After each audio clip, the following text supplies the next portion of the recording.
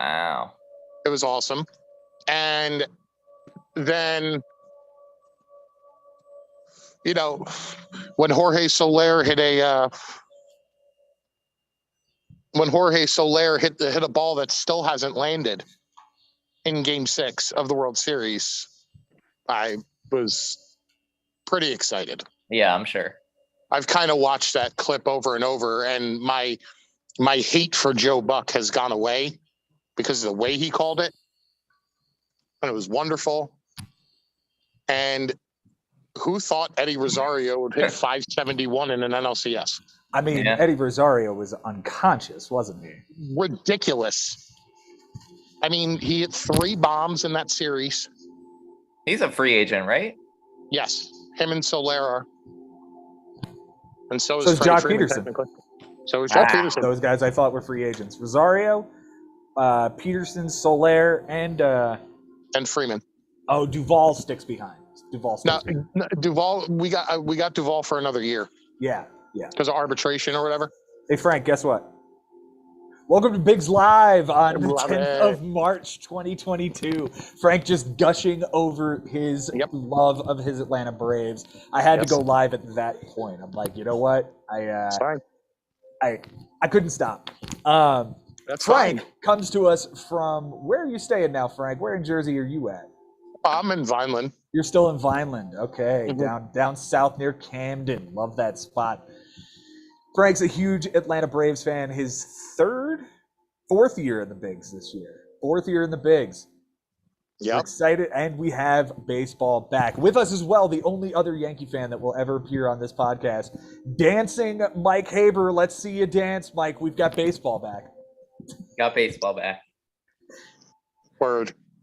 Are you excited? Excited. You're excited. I'm so excited. We are. You know, Joe. You know what I've gone through emotionally, the roller coaster.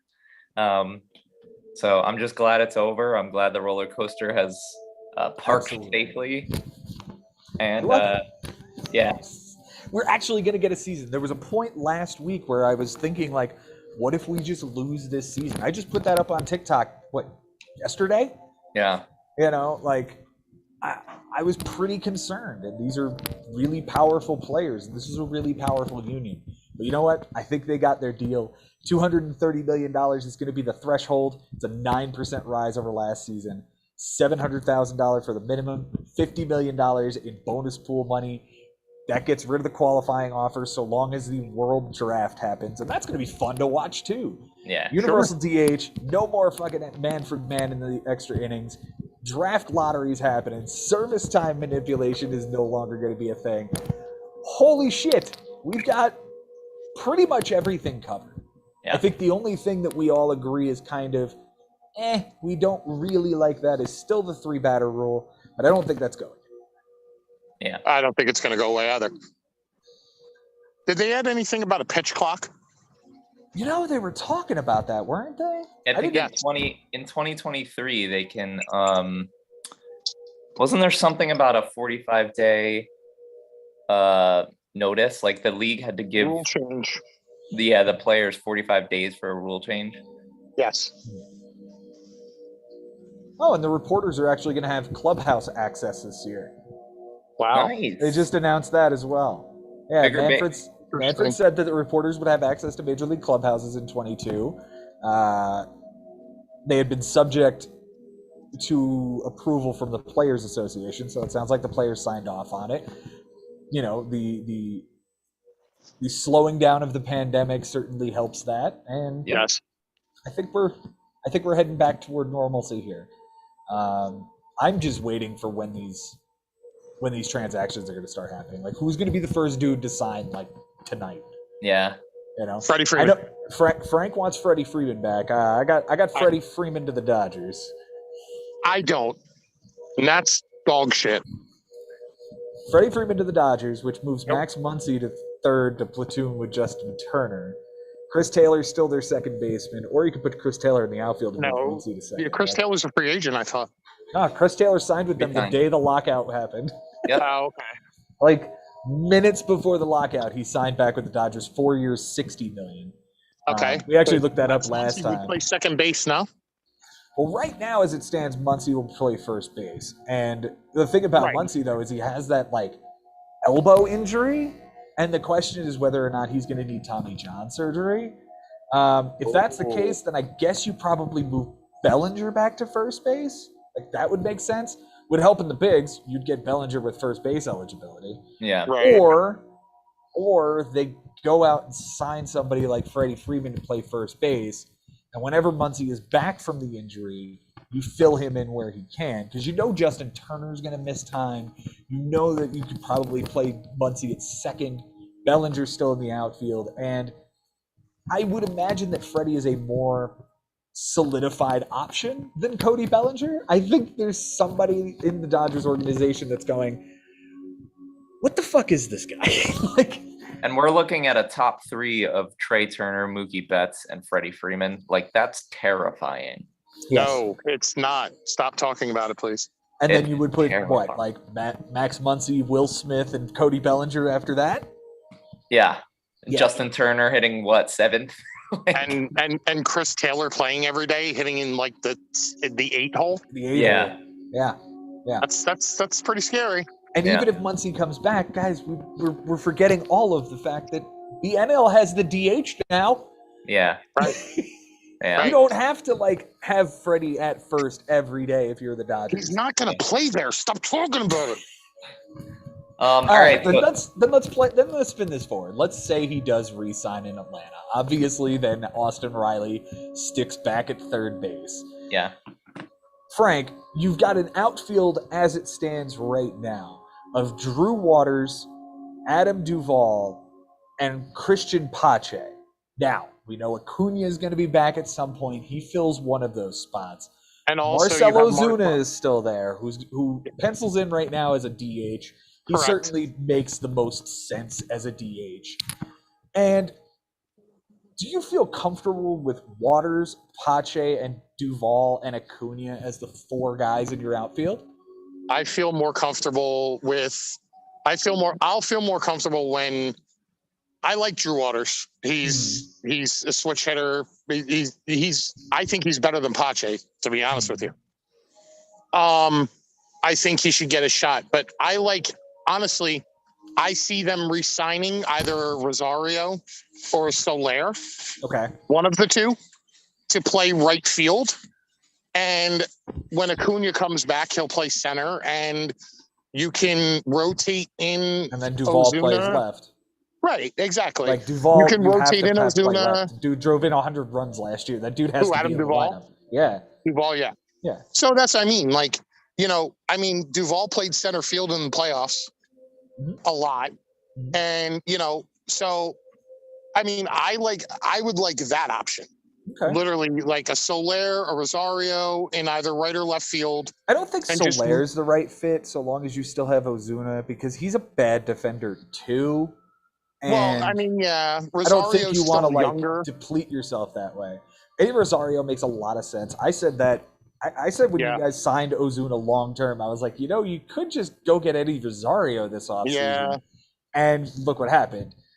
I Right. could see him going back. But I there. like it. I like it as is. I like Okay. playing Ozuna in left field, Acuna in center, and then a mixture of whoever they sign to play, or Duvall, Mhm. and then platoon, or put Rosario in left field if they sign him or whatever, or Right. one of the kids, and the infield's still the same. Literally, Yeah, all still the got infield's exactly the Swanson, same. Ozzy Albies, Austin Riley. Right now, I'm showing Orlando Arcia as the first baseman. but- That's disgusting. Please don't Yeah. ever say that. Would you prefer John Nagowski? No, I would prefer, if not Freddie Freeman, Matt Olson. I would prefer Anthony Okay, Rizzo. so let's spin that forward. What are you giving up to go get Matt Olson? Because I know there's another gentleman in this chat that wants Matt Olson on his team. Uh-huh. Mhm. Well, with the short porch in right field, I'm sure he does. It's sick. He's basically Yeah. made for that, right? But Yes. he okay, is. so let's spin that. Are you you got to give up. Are you giving up an Austin Riley? No, No, not at this point. no. I I don't mean, think that. Are I you don't think they giving would up? want Riley. I think you're going Are to you- have to give up at least two pitching pieces and a bat. Okay. So go give away Luke Jackson. Give away, if you're giving up pitching pieces to get Matt Olson, I would feel comfortable with them giving up Soroka, Luke Jackson, and a position player. All right. Looking at your top prospects in your organization, Kyle Muller, Tucker Davidson appear to be your top pitching prospects. Drew Waters, Shea Langeliers, and Christian Pache are your top hitting prospects. They're not going to give up Langeliers. They like him. Okay. He's their catcher, right? He's a catcher, yeah. And Darno's on the last year of his contract. I was thinking he would be about done. Mm-hmm. So he's going to be the catcher of the future for them. All right. One of your outfielders has to go. Pache or Waters? Pache. Bye. Okay.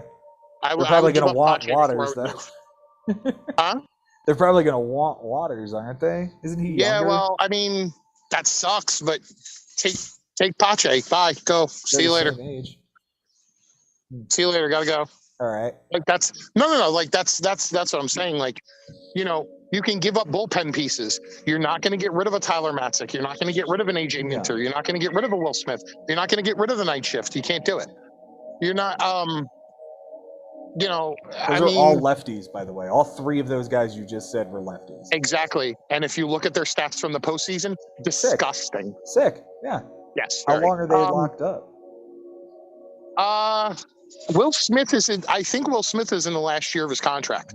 He signed a 3-year deal when he came over from the Giants. Okay. And Minter and Matzik, I wouldn't be surprised if they signed them to longer term deals because of their performance. We'll see.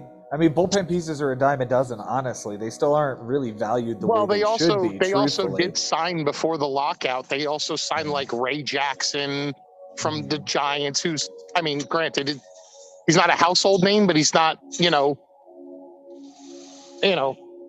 he's something, I mean, he could be like Nate Jones was last year. Okay, that'll work, right? I mean, you know what I mean? Like Mike Haber, get in here. Where's the Yankees? Where's the Yankees going now? How bad? I can't talk about the Braves anymore. I'm sorry, Frank. Yeah, no more Braves. I just spent the last 10 minutes about the Braves because I do have to go because work is about to be over. I appreciate you, gentlemen. Are you at work? I am. Oh, all right. I took the time from work to come and talk to you, nice gentlemen. Great to see you, Frank. Absolutely, Mr. Haber. And please don't ask me for a trade until May. You got it. Yeah, thank you. So just reject everything he sends you before we go. Yes, before absolutely, 100%. Don't even entertain it. Right. Right. Yes. Joe, always good to see you. Thank you for the opportunity to be on. Absolutely. Mr. Haber, I look forward to another fantastic season with you, and to the rest of the guys coming on. They won't see this, but I'm looking forward to another great season of the Bigs. Absolutely. I'll jump on another time when we have another one of these. And hey, we're going to be on for a couple hours. I mean, if you jump back in, we'll be here. The casino's calling my name, so I don't know if I'm going to be able to do that. The casino. Well, have fun in the casino. Yep, have fun, Frank. First world divorce problems. Nice. Anyway. All right, buddy. All right, buddy. I'll talk to you guys soon. We'll see you soon. Bye. Bye. So let's move on to the Yankees here, Mike Haber. And we're looking at the Yankees in 2022. And now you've really got to start thinking about what you want this front office to do. Yeah. How are we looking as far as cap money is concerned? I think we're still okay right now. Let's take a look. But we won't. These are things I did not prepare for. Yeah.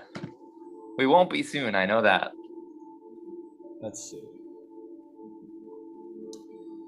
So the active payroll for the New York Yankees is $211 million. Means you've got $19 million to play with. Yeah. And you know that you know that a shortstop is a need for us, but I mean, that's not enough to go get Trevor Story. That's not enough to go get Carlos Correa. Those guys are going to ask for more than $19 million a year. So what, you're thinking Andrelton Simmons is the answer in the Yankees infield? I really hope I not. do. I think a 1 or 2 year stopgap, dude. I Yeah. really do. Yeah, I because don't- we got Anthony Volpe coming up. Exactly. You got we got- Oswaldo Peraza close, and you got Anthony Volpe coming. Like, Yeah, you're gonna be fine. yeah. I think there's a need to go. Like, I think there's a want to go get a shortstop because there are so many great ones in the league right now, and like, you've got to sort of like keep up with keeping up with the Kardashians or whatever that phrase was. Like, you want the shiny toy too, and you don't have the shiny toy anymore.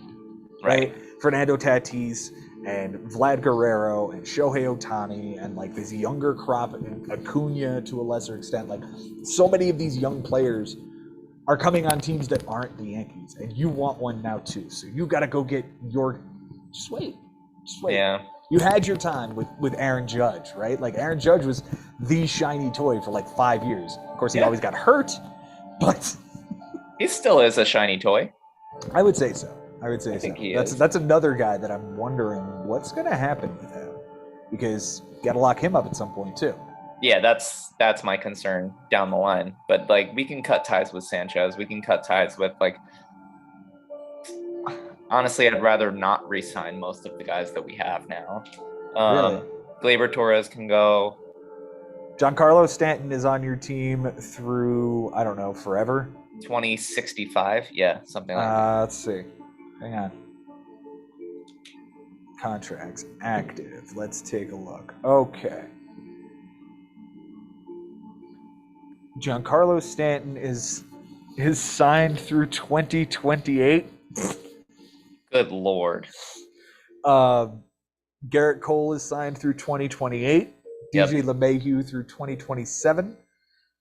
Hicks through 2027. And then everybody else is, like, for the most part, unless you count like Joely Rodriguez and Nestor Cortez, a key piece there, I wouldn't. Right. It's like 2024 is when everybody stops being on your books. Right. So in the next couple of years, you've got some decisions to make, starting with the end of the 2022 season. Right. Chad Green, Aaron Judge, Joey Gallo, Jameson Taillon, Gary Sanchez, Zach Britton, Aroldis Chapman. 7 dudes. That's pretty important. It is, but there 6 of those I don't think I'd want back. 5 or 6. Chapman, No. Britton, No. Sanchez I know is a no. Taillon I know is a no. No. Gallo? I don't think we need him. Judge? Yes. Okay. Chad Green.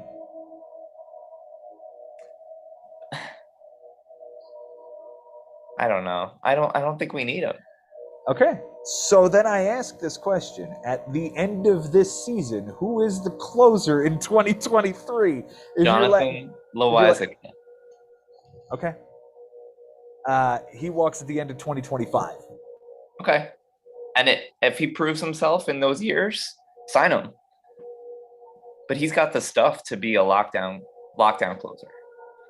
Interesting. I just remember this kid being like, he was supposed to be a starter, wasn't he? Yeah. He was.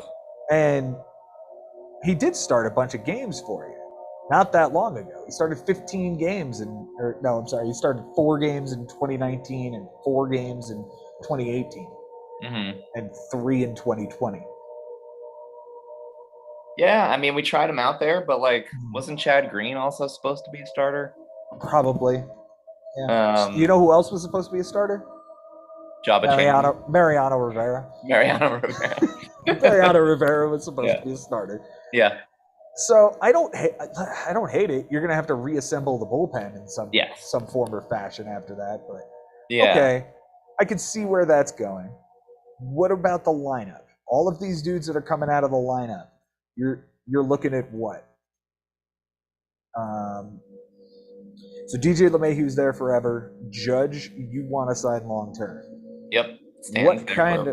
What kind of long term contract are you talking about? Like, you're probably gonna have to pay this dude like $250 million. At least. I think so. And I was kind of hoping they would actually offer him something sooner than that. but I don't see that happening now because I they don't have know. other things to address in this free agent frenzy that's about to happen. But Yeah. yeah, no, Judge is gonna take a huge chunk of it, and that's why I think I have to be okay and accept everyone else being shipped off. But like in the end, you ask like, who are the keys of this team? Exactly. And that Judge is our captain. Yeah. And obviously, like, you're locked into Stanton, you're locked into Cole, you're locked into LeMahieu, you're locked into Hicks. Yeah. Oh, Judge yeah. Judge should be that next guy, You should. right? So Luke Voigt, Gleyber Torres, Gary Sanchez, Gio Urshela, like all of these names that are there right now are going away in Yeah, your mind. I'm good with it. And the rotation of Cole and friends is pretty much what you're going to be looking at, right? Yeah, I guess You're so. not going to have this like ace level number 2 that the Yankees have. Unless accustomed to. Severino can come back and be Severino. Mhm. You're asking a lot of a dude who hasn't thrown a major league pitch in a long time. Yep.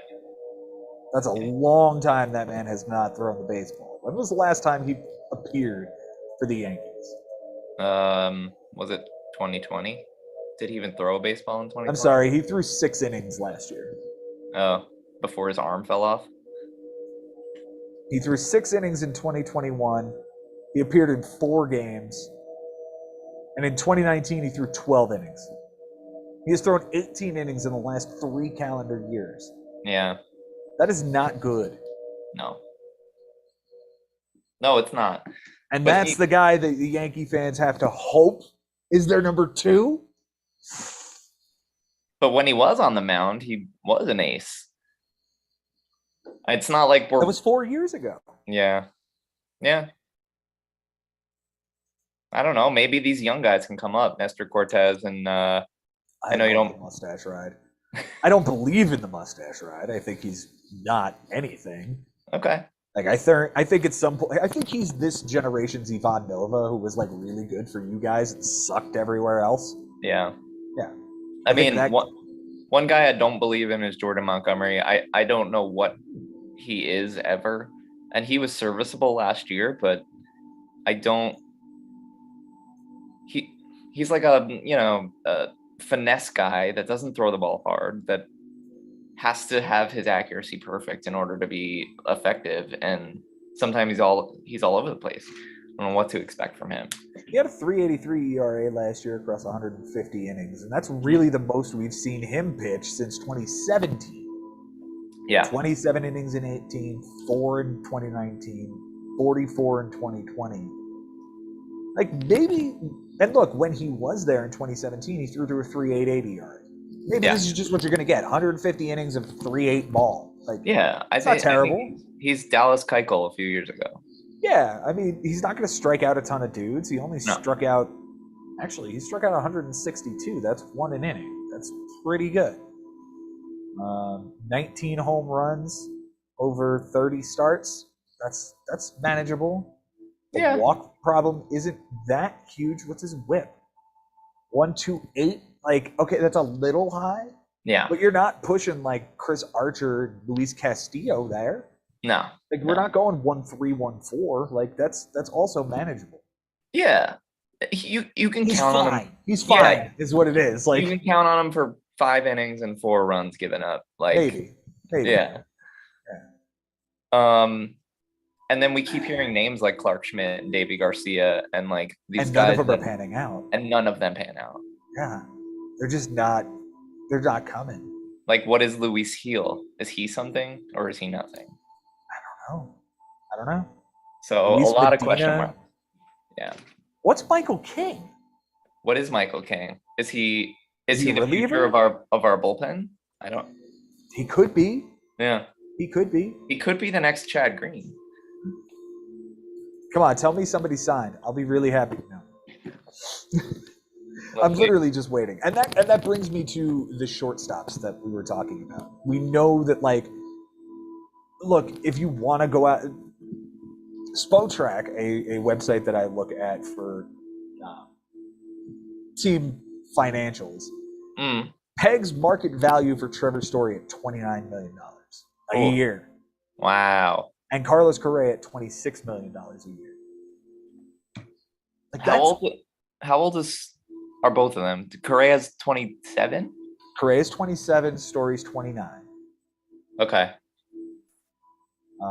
I would not believe in Trevor Story if I were anybody. I know. I don't. I think this is the dude that's gonna like go somewhere and suck and be an albatross for somebody, and it's Yeah. gonna be somebody like Seattle that signs him, right? I'm just speculating, like, but I'm all in on like Trevor Story is going to suck outside of Colorado. Yeah, I could see it. Frank predicted Freddie Freeman would be the first to sign. What do you think? First player. No clue? No guesses? No. I mean, could be anybody. I'm gonna say Chris Bryant goes to Seattle is the first signing. That'd be interesting. That would be interesting. They do need a third baseman, although they did trade for Abraham Toro, so like I don't know how real that is. Second base is like Dylan Moore, or they could play Toro there. Yep. I don't know. We'll see. That would be interesting though. Yeah. And then first guy to sign, I'm just gonna go say like Carlos Rodon to the Yankees. You think? Okay. I think that would make sense. All right. I'll take it. He's a better lefty than Montgomery, I would think. Yeah. But how much can you believe that he's going to stay healthy? Right. As for the shortstop, here are your other options that are not Trevor Story or Carlos Correa. You ready? Yep. Andrelton Simmons, as we talked about. Jonathan VR. I don't even know how to pronounce this dude's first name, but Adrianza. He was on the Twins. Yeah. That guy. Okay. Freddie Galvis. Jordy Mercer. Yeah. Pat Valleca. JT Riddle. Franklin Barreto. Andrew Romine. Taylor Motter. Jose Iglesias. And Pete Cosma. All good options. But you know who actually would intrigue me is Jonathan VR. I don't hate that. I mean, he did just play a season in New York and was pretty damn good. It showed that he can be versatile enough. So if you want to give Gleyber a look at shortstop anymore, or give other teams a look at Gleyber playing shortstop, perhaps trade him. Yep. That's a way to do that. And we could use the speed on this team. I mean, yes, I agree. VR could be a really good leadoff hitter for you too, and then you could put DJ in the 2-hole, and I think that's more where he would be suited. I think you would see a bump in his production, closer to what you got in 2019, which we'll never see again. But like, I could see him bumping the RBIs up to 80 rather than like 72 or whatever. And you could see a bump in Judge's production too if he's hitting third now. Mm-hmm. So Judge to 3, Stanton to 4, Gallo to 5, Voit to 6, and all of a sudden this lengthens the lineup. I wouldn't be opposed to batting Gleyber 9th. Yeah, to get that double leadoff thing when it rolls over. So Hicks 7, Sanchez 8, Gleyber 9. Urshela has to be in there somewhere. Oh no, he's replacing Urshela. Because Urshela is supposed to be your shortstop right now. Yeah, And LeMahieu's slotted as your third baseman, with Gleyber as your second baseman. Is that how you see it? Yeah, DJ will be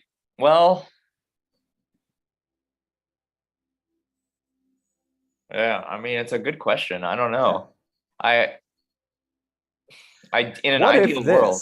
Yeah. What if this? Here's my pitch to you. Are you ready? You go out and you trade with Oakland. Okay. And you're gonna get this is gonna be a huge deal. Okay. All right. You're gonna get Matt Olson for first base. You're gonna get Matt Chapman for third base. Wow. And you're gonna get a pitcher. Manaea. Pick one. Manaea. You get Chris Bassett. Okay. You know how excited I'd be about that. Okay. Let's talk about what that would cost. Okay. And for that, I have another website. What does it give you a fair trade? Baseball Trade Values is the name of the website. I'll just go ahead and share the screen.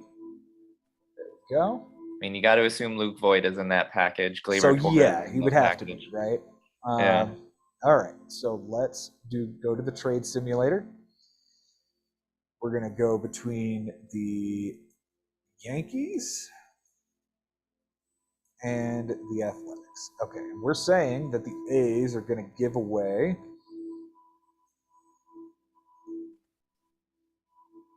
Matt Olson, Matt Chapman, and Chris Bassett. It is going to cost you $86.40 in trade value. Okay. So we know that Voigt is going to be one of the pieces to go, right? It has to be.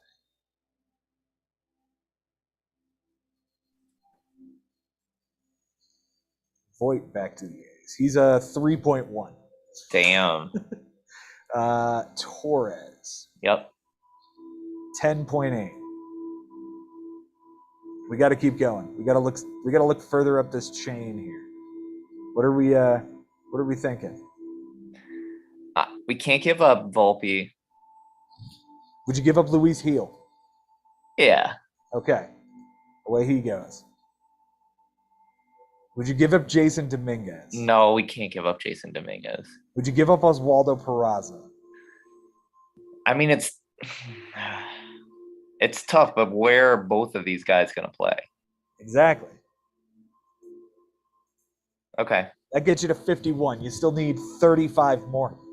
Good Lord. Can you take Chapman out? Hi, Benjamin. I could take Chapman out. That'll get you 24 off the board. Because Hi, Benny.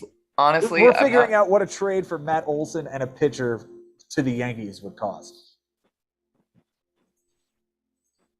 All right, Chapman's out. Now you're 10 away. Dominguez. See, that's the first name he says too. I don't want to give Mike up. doesn't want to Dominguez. give up Dominguez. So we settled on Oswaldo Peraza as the piece. Yeah, Peraza. So Peraza. Peraza, Heel. Luke Voigt. Oh, if you do Domingo Herman, I think you've got it. Okay. So I think the other two. It's Voigt, Torres, Peraza, Heel, and Herman. That's a huge for Olson trade. and Bassett. I would do it. And when are Olson and Bassett free agents? They expire at the end of next year, so you'd get 2 years out of them.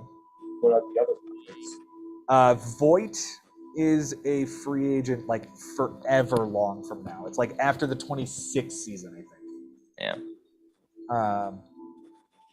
Come on, I mean, it's got to be all people are controllable. I think they've got to get more prospects instead. Or other prospects. I know there are more on there. 2025, after the 2025 season is when Voigt becomes a free agent. Gleyber Torres, I think, is the same time. Wait, Torres, that was a part of the deal. Yeah, it was. It was? Here it is again. Domingo Herman, Luis Heel, Oswaldo Peraza, Gleyber Torres, and Luke Voigt. Boy, that's a lot And of Voigt. money. I don't think they want all that. I think they want prospects. Look at the prospects. Well, Heel and Peraza are both prospects. Yeah, that's true. And they don't have a shortstop. Like, they don't have They're one not in the they're not- organization. They're not adding. So they're No, not. You don't think they're. You don't absolutely. think they're adding Deal Voigt. makes sense. No. It's Okay. too much. They could How much do. money They is it? could. They could spend a lot less than for Void, and like that's not open. Right? Voigt's only making $4 million.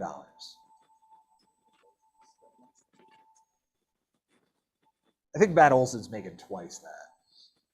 Yeah. Not- I'll be right back. Give me one Yep. second. All right. Benji, we can play the Back same to game. two with the guys that are on top. You and me, my friend. Yes, sir. Guys, We have to defend our fort. The last 5 championships the rest last between us. the whole side of the trophy. 2 names. Nice. Nice. There's 1 name left. And I'm happy to say it won't feel upsetting putting it on there. They'll, no matter what, feel like that guy deserves it. Yeah. Even if, Yeah. especially now we got no extra inning rule. Like that's a whole nother thing. Like the relief of So, appearances is just a whole nother That thing. begs the question, Betty. Who's number 16? Well, Costas has a long time friend. Sorry, you're really quiet. I missed the piece there. Can you hear me well? Not very well, no.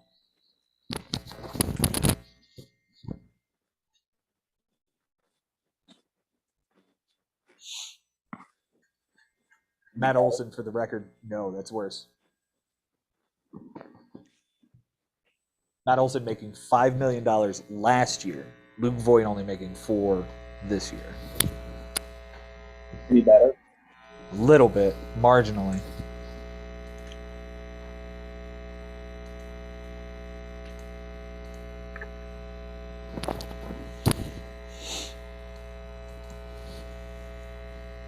Oh, we're also apparently getting. That's much better.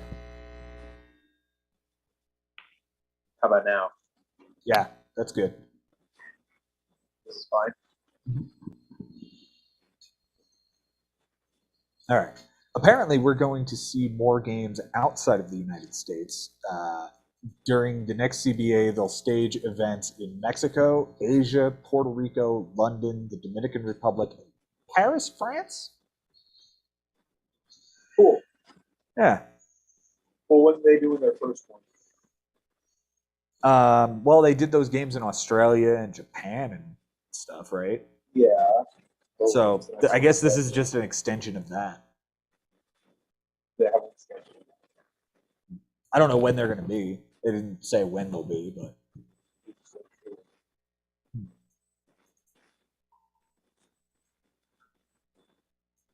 Okay, so next season in 2023 is when teams will play all 29 other opponents.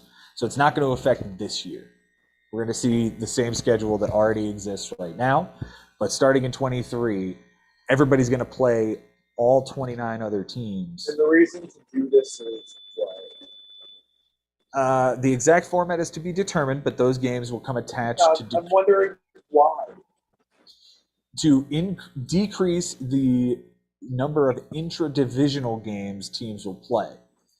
So instead of 19 per season against each of the 4 teams, you're going to play less of those. Yeah, but again, you're not answering my question. I'm asking why. That I don't have the answer for. I'm not seeing that here. What's the purpose to make more? I think again, going back to like no more 163, you need to have everybody playing everybody so that you can go, okay, they played this team who's better than both of them this well. And if you're going to create a formula, you need to have the same data for everybody.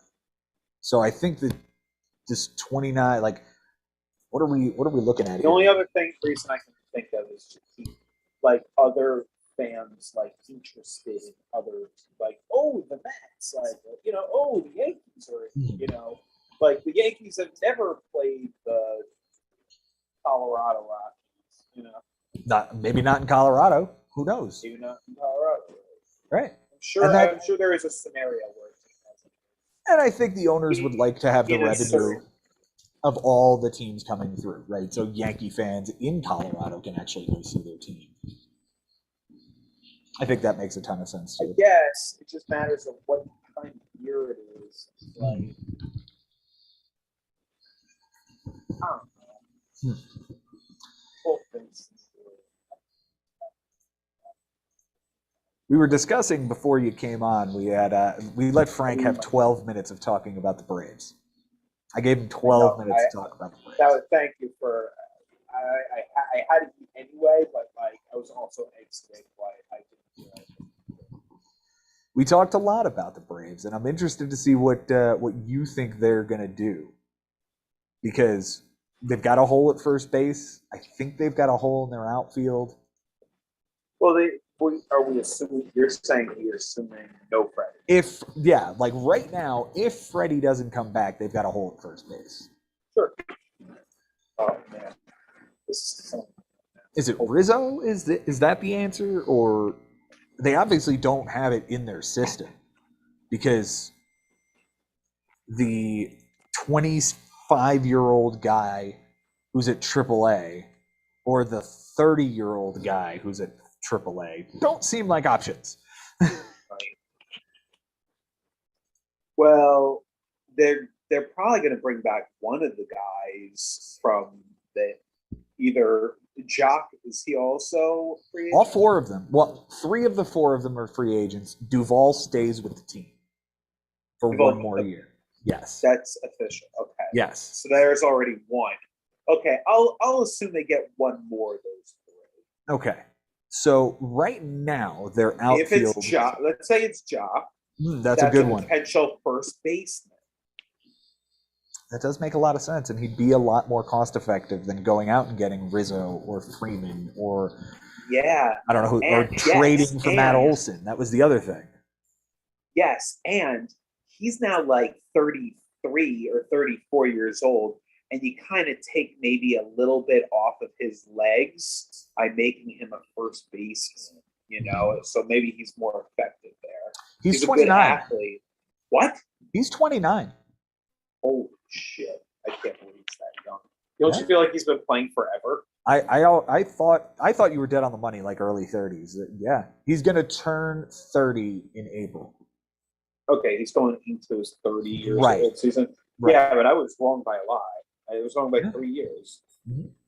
Yeah, he's been playing since he was 22 back in 2014 when he had 28 at bats. And he's an interesting cat. I will say that. He is an interesting cat. He's He's just explosive. yeah.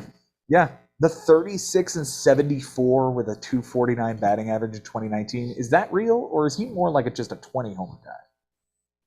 Well, I feel like if he was playing in Philly, or maybe at Camden Yards, like maybe. Mike, But- welcome back, buddy. Thank you. We're discussing Jock Peterson and how he would fit in at first base for the Atlanta Braves. Okay, And like, I could see it. how old is That was Jock my Peterson, idea. Mike? Yeah, it was a good How- idea. How old is Jock Peterson? It feels like he's been around forever, but I'm gonna guess that he's not even 30 yet. He turns 30 in April. Okay. Wow. Nailed How it. did you nail it? I was sure he was older because he's been around for a while. I said 33. I think he's one of those ageless, I don't know. He's like That would Doesn't- make him older. yeah, true. I don't know. But Jock back to the Braves makes a ton of sense, especially if Freddie does end up going, you know what, we got our ring. Atlanta was great, but I'm from California now. I was also trying to figure out how, Ben, the Dodgers would fit Freddie Freeman on the team if they went out and spent that money. Good. We're not talking about the Braves anymore, right? I think we're done with the Braves. You're talking about creating a lineup that would start Mookie Betts or Trey Turner, then Mookie Betts or Trey Turner, and then Freddie Freeman. It's disgusting.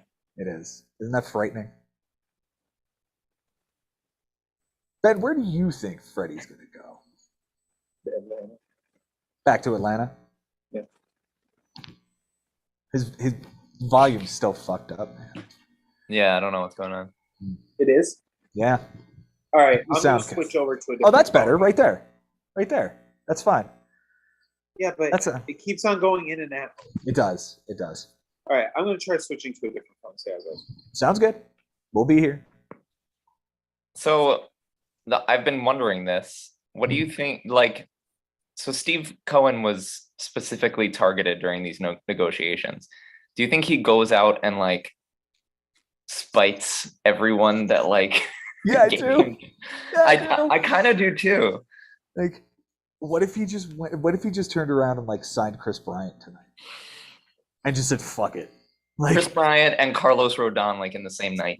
yeah, and he's like fuck it, whatever. I think he's also kind of the guy that saved this. because they set up that fourth tier, right? Yeah. And the fourth tier, it was like, okay, you go beyond this number and you're really gonna get fucked. Yeah. And Cohen's like, okay. Yeah. And he's like, I'm worth all the money. All of the money. Is he really that much more wealthy than every Yes. other owner? Yes. Oh my God. Yes. I was telling you guys in the chat, like the next individual that owns a team is the San Francisco Giants owner, who was worth like 5.8, almost $6 billion. Then you have the corporation that owns the Toronto Blue Jays, the Rogers Corporation. Okay. And because they own the television and the stadium and the team, like it's a package with them, they're worth like $11.5 billion. Okay. Steve Cohen's worth $16 billion.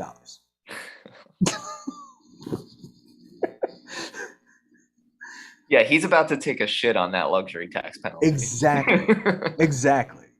Like it was to a point where we were discussing like, oh, they're apart by $10 million. That ain't shit. No, that's Taiwan Walker. Like, Yeah. that's Yep. all that is. Yep. Oh man. Benjamin is back. And Okay. How do we Yeah. sound? good. You're Sound good. better. Okay. Yeah. I had the case, like, the cell phone case. And I think the earphone jack, you have to open this little piece, like a plastic, and like it's pretty firm, so that rubber is pressing back down Mm. on the actual earphones. And maybe it's like kind of pushing it into the jack in a way it's not going like clean in there. You know what I Gotcha. mean? Yeah, Yeah. you got to get it So- clean in. Yeah, Gotta get it especially when you, I'm not used to clean it. and firm. That's how I Especially- like yeah. it. Especially when there's rubber pushing back, you know? Right. I fail on usually every one of those issues. So Ben, we were just talking about Steve Cohen and how much richer he is than any other owner in baseball. and he And- gets more privileges now that the luxury tax went down, right? Yes. So what they did was they The penalty is for the penalty I is mean- bigger if you spend more money.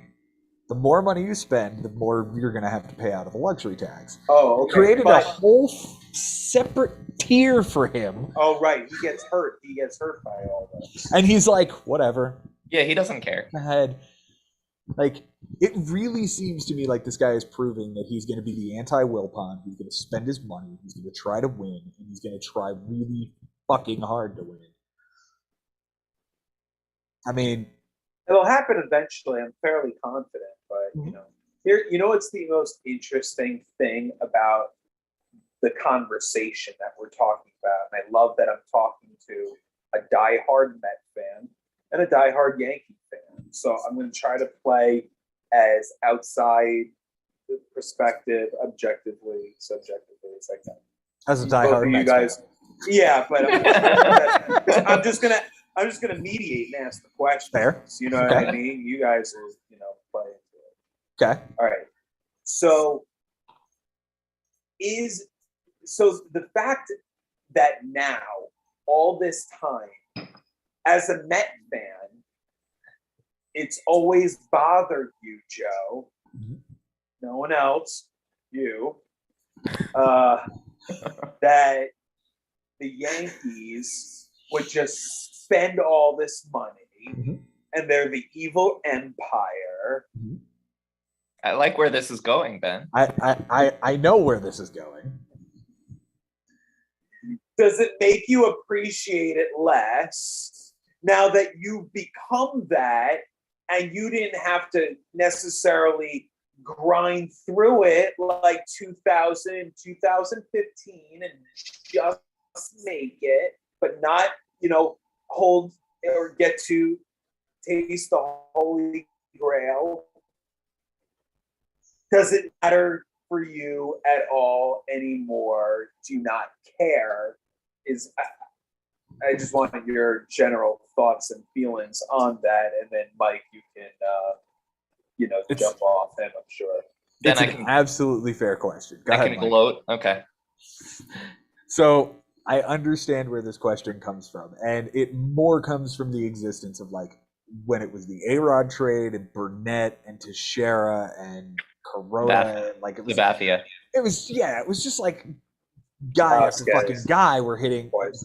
Yeah, it was just guy after fucking guy, and from gosh, it's so hard to remember. How many world championships do they have in that time? You're counting since the '96 when they started. No, I was getting upset about it.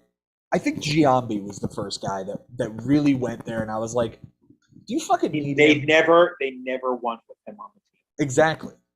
Exactly. No. His They entire got- tenure, he was there, and he put up good numbers there. Like, and then they got Matsui, who they didn't win with until 2009, his final season. Yep.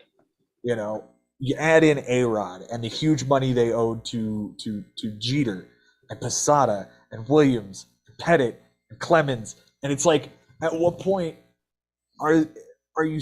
And at the time, they were spending so much more money Yeah. than anybody else, Yeah, Right. they showed proportionately. they showed financial sanity when they didn't get Beltron because they were in on him and they let him go.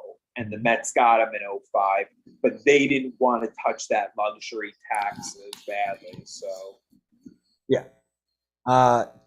Jason Giambi's career in pinstripes, 260 batting average, 209 home runs, 604 RBIs, received MVP votes 4 of the 7 seasons he was there. All of that being said, I didn't even get to the to the crux of your question. Do I now feel different having the richest owner in baseball? The answer is yes. I will that was admit yeah, okay. the Elaborate. answer is yes. And I don't know. I think part of the Yankee Mets rivalry is that bigger brother syndrome. And when I'm grinding through 66 win seasons and 70 win seasons, and every single fucking season you're in the playoffs or damn close to it, and it's because of that money, I can hate you for how you win the game. I can't knock how it's done. Right? It's So within if- the rules, and Exactly, like and you got to spend the money correctly. Exactly. I can hate your strategy to win the game. But at the end of the day, it won. And it continues to do so. To the point Makes a now lot of where, money. like, since what, 96, they've missed the postseason twice? Something like that. Yeah. Like, and haven't been under 500 ever. Yeah. That's No, stupid. it's under 500 is since I think that's since '95, Okay. maybe It's a long- 90, maybe '93, but yeah. Long time. 95 Check Yankees. their 93. I know that 95. 95 they were 79 and 65. 94 they were 70 and 43. 93 they were 88 and 74. 1992 was the last time they finished under 500. 92. Yeah. And like again, 30 years. I may 30 hate years. Yeah, pretty much. I will No, factually. definitely. Factually, 30 years. 30 years. I can hate on how it's done, but I can't hate that it's been done. So if my owner now goes, I'm going to spend a shit ton of money, let's go win for 30 years. I'll be happy with that. But does it change your opinion of? I mean, this is a question I probably have for my brother too, who may hate the Yankees more than you guys. But does it change your opinion on the Yankees as a franchise? Because for a while, I think you guys wanted nothing to do with us, no association with us. We were the evil empire. Yes, and here's why. During that period, there was no homegrown. Your only fucking homegrown Yankee in that period of time was Brett goddamn Gardner. He's still on Everybody the- else was from somewhere else. Yeah. It's the only guy. So it's like, how do I root for a team that like is just is basically like Mr. Burns' fucking softball team? Yeah. How do Wait I a root minute. for that? Joe, I'm sorry. Joe, I had when I put you I'm sorry, dude. I didn't hear most of what you said before when you were finishing your thought It was- about the game. It's And then Mike, mostly I didn't hear you either. So I hope you guys are okay with just. That's fine. You do you. What mine boils down to is, look, you had no success doing this strategy, but it has gotten you 30 straight winning seasons, and only 2 times you've missed the playoffs since 1996. Mm-hmm. So I respect what that money has done, and if that means that my owner's going to go with that same strategy and throw everything he's got at it, okay, great. And my reason for disliking the Yankees doing this was because there were no homegrown talent in that era of Yankees. So after the core 4 were gone, after Pettit and Jeter and like all these dudes like in the mid 2000s when they started to disappear. I know Mariano was the last one, but like once those guys started to fall off, they were just replaced with like, okay, who can we go out and buy? Oh, Tino Martinez is gone. Well, Jason Giambi's the reigning AL MVP. Let's go get him. Oh, we need another outfielder. Let's just go trade for the reigning NL MVP in Giancarlo Stanton. Because we can. Sheffield, Bobby Abreu. Thank you. Jacoby Ellsbury is another good name. Johnny Damon's another name. Like, how many of these? Yeah, I remember Johnny Damon. Yeah. Oh, Johnny Damon. Randy Johnson for a couple of years. Randy Johnson, Hiroki Kuroda, who came over from the Dodgers. That's Hideki Arabu was not a big song. money. Kevin Brown was big money. Carl Pavano was big money. Almost, yeah, Carl Pavano was enormous money at the time. Ugh, Carl Pavano. Vasquez twice. So my feeling is that this is a strategy that obviously, at the bare minimum, breeds a winning team year over year. Yeah. Now, do I think that Steve Cohen is going to put together a team of brains that are better than the Yankees' brains? Yeah, I think we can. That's all I'm putting into this, is that if we're going to be the big boys and spend a lot of money like the Dodgers and like the Yankees, then we have to also be smarter than that. And we have to grow our own talent. Because, again, Aaron Judge is about the best that the Yankees have come up with in the last forever. Yeah. I mean, it was supposed to be Judge, Severino, Torres, and Sanchez, like leading. And Frazier. And Frazier. And we know and how Bird. Yeah, and Greg Bird. Yeah. Bird. Didn't he just sign today? Yeah. A minor league deal with Is it Toronto? Probably. How much are those trophies on the shot? All of it. Good. It's all in the shot. We even got your guitar case. Yeah. Moving forward for the Yankees, we were discussing at the end of 2023, they lose Green, Judge, Gallo, Tyone, Sanchez, Britton, and Chapman. How many of those guys would you bring back? I like Britton. Like in some role, I really like Zach Britton. I think if you have like 2 outs and like men on, you want to go to Britton, like finish that inning. And then 3 batter rule doesn't really apply with a guy like that. Like he's a shutdown, 1 batter guy. I like Britton more than everybody. How much money would you give Aaron Judge? Over or under $249.9 He seems to be, you know what? He's pretty good for a guy that's his size. Like, he's probably better than Richie Sexton, you know? And, I mean, obviously, they have a longer career now, but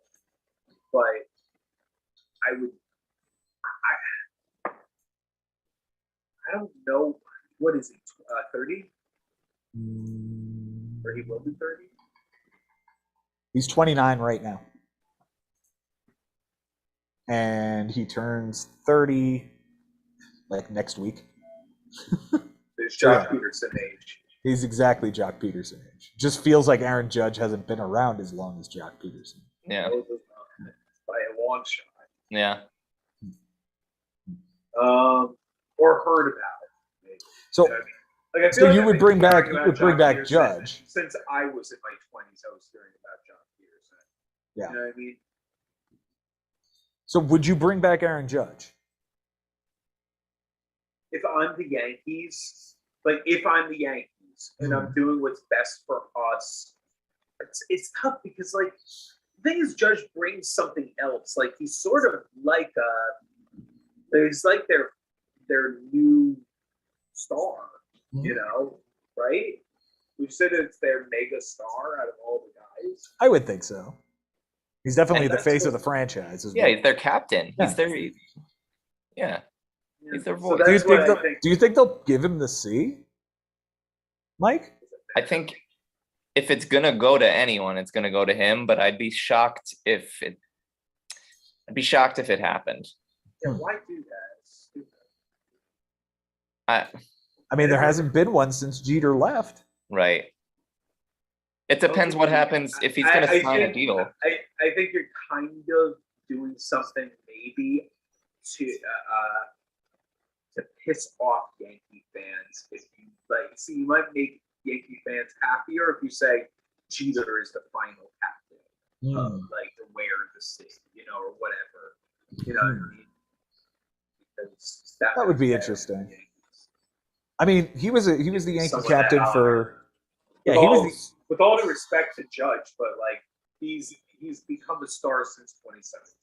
Now you can say 2016 with the baby bombers thing, but it was mostly the big season he had in 2017. So you think the Yankees should? 19, 20, 21. Right, 5 years has been a amount of time. I mean, You think the Yankees should retire the C? yeah, the sixth. Yeah, Retire the C. give someone captain, but retire the sixth. Okay, I was gonna say if you're gonna retire the name of captain, like I don't know. I mean, we're talking Yeah, about just- Jeter and Mattingly and Yeah. Nettles and Thurman Yeah. Munson. Sure. I do want to point out that think Ron captains aren't Guidry. necessarily necessary Yeah. baseball. Well, You know, a quarterback being the field captain, if you will, makes sense to me in football. I guess to an extent I could see it in hockey and basketball. Baseball, it's just like everyone's so important. Well, who's wearing the C on the Mets? it was David Wright until he retired. Right. Is Pete Alonso? If I'm gonna the give it C? to somebody, it's Pete. It would be. It would be And Pete. I like Pete a lot, you know, as far as like where he is as an adult by his. He's still kind of I'll say he's pretty immature, but he's been good about like handling the limelight of New York. Yeah. Yeah, he's been a hell of a lot better than like. He's been a hell of a lot better than like, I don't know, Matt Harvey, for example, or Noah Syndergaard that's to a lesser extent. Noah, Yeah. yeah, neither one of those guys are too good with it. No. Let me ask you a Mets question. Sure. Who's your ideal DH going into the season?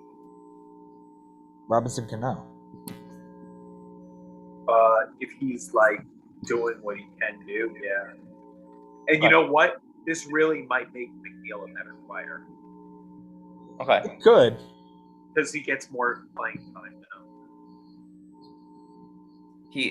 McNeil gets more playing time because of the DH. You're saying, yeah. But what's There's stopping? 9 guys in the order. So you don't think Steve Cohen's going to go out and sign like a Kyle Schwarber or a Nelson Cruz or? I hope not. I want would this just- to be a team. I would rather just spend. I would get Rondon. I just think the pitch is Rodon? better. Rodon. The lefty? Rodon. Okay. Rodon. Anthony Rendon? Anthony Rondon. Bruce Rondon. Bruce Oh. All of the Rondons. Ramadan. Bruce Ramadan. That's it. That's the Bruce one. Ramadan.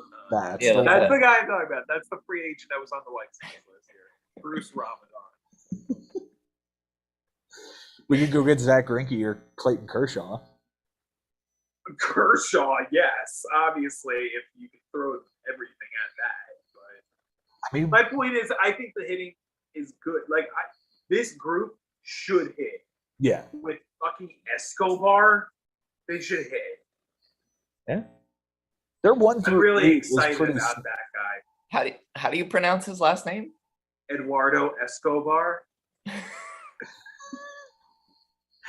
We're talking about a lineup that's Brandon Nimmo, Starling Marte, Francisco Lindor, Pete Alonso, Robinson Cano, Mark Canha, Eduardo Escobar, Jeff McNeil, and James McCann. Like, okay, James McCann might be nothing, but They have So a catching what? prospect at least.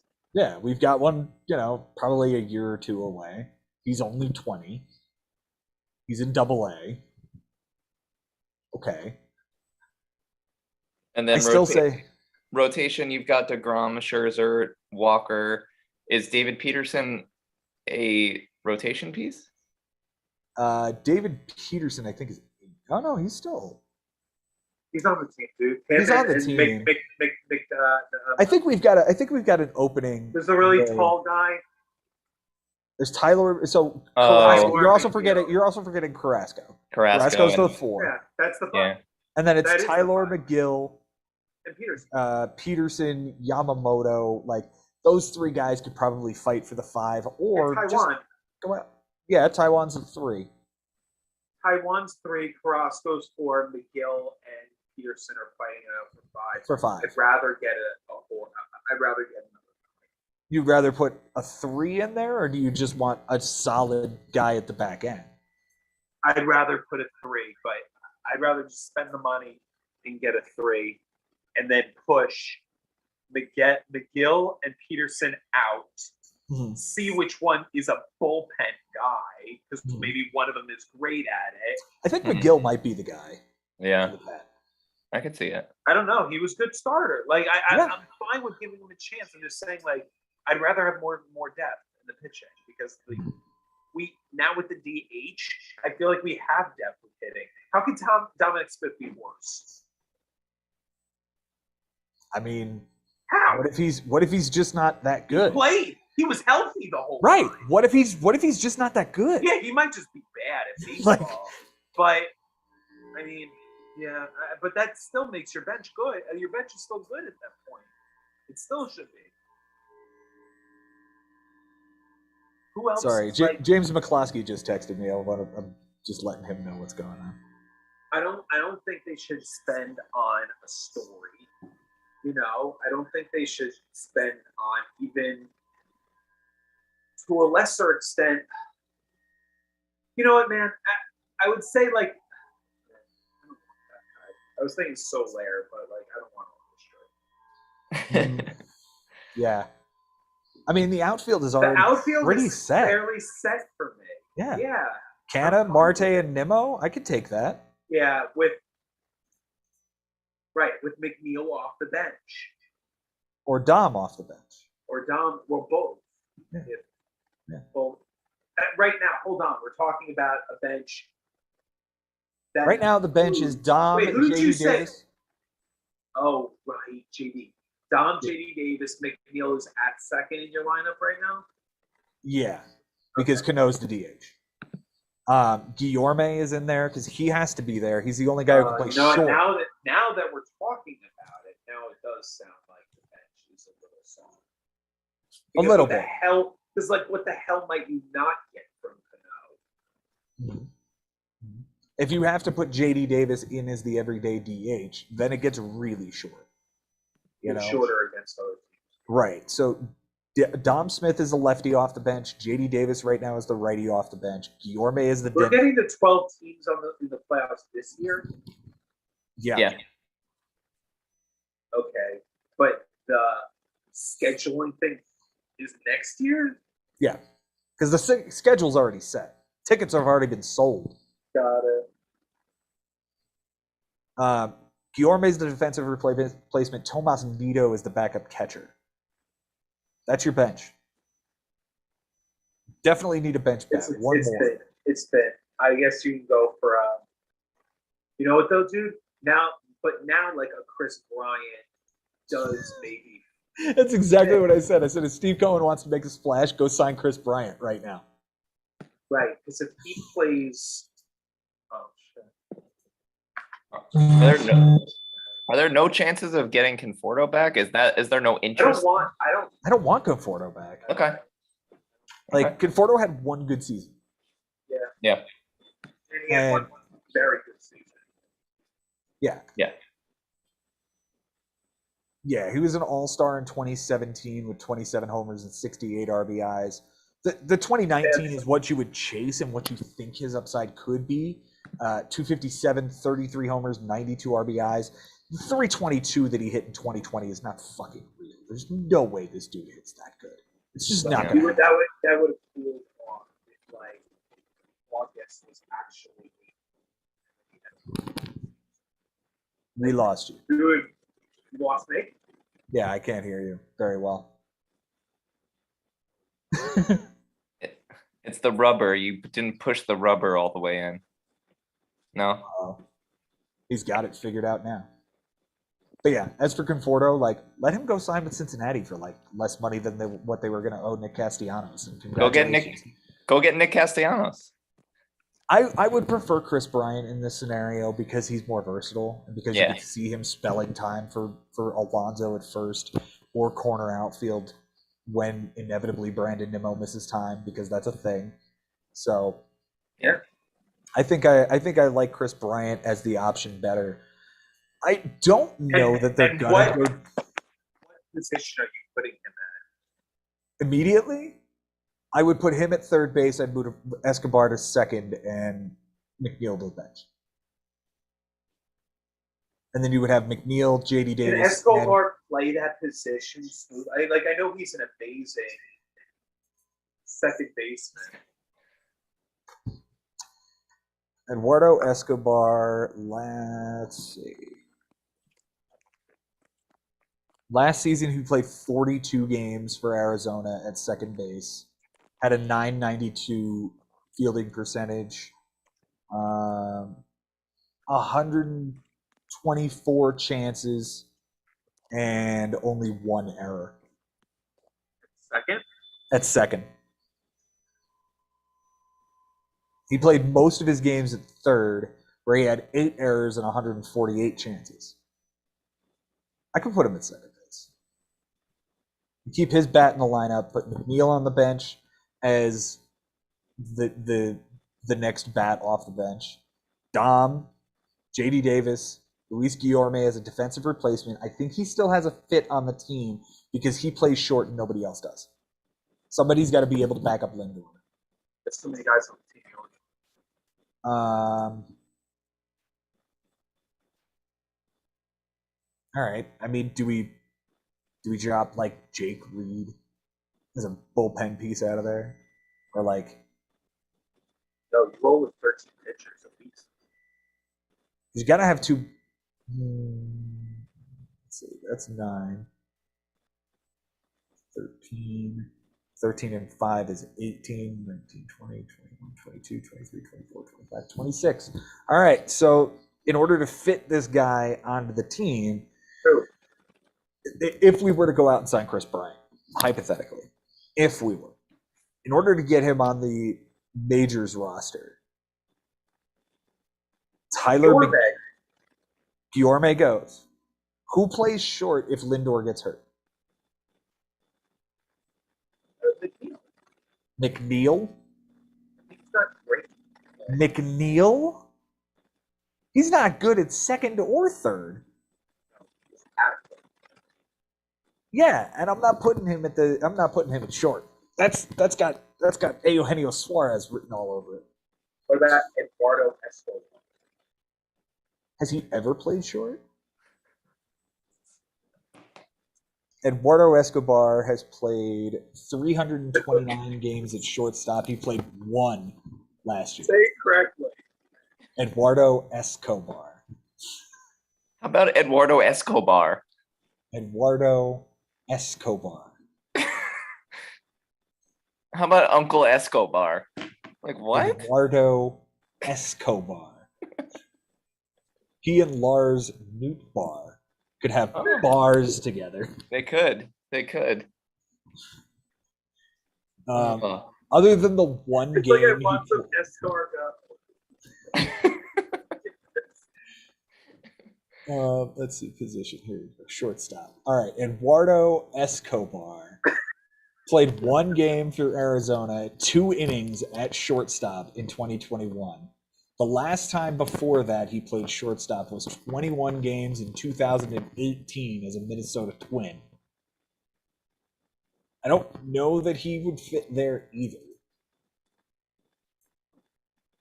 That's why I think you are Carrying in the your spot. man just to have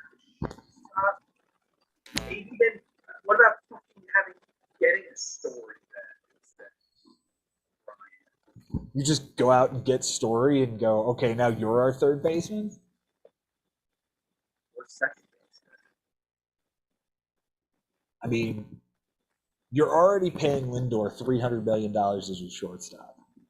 If you go out and pay another $200 million for Trevor Story, what does that say to your shortstop? I think that's... Last year sucked. I mean, and we've got 9 more seasons of it. We gave you what Ronald Baez childish. You made Alderson have You're to breaking up again, man.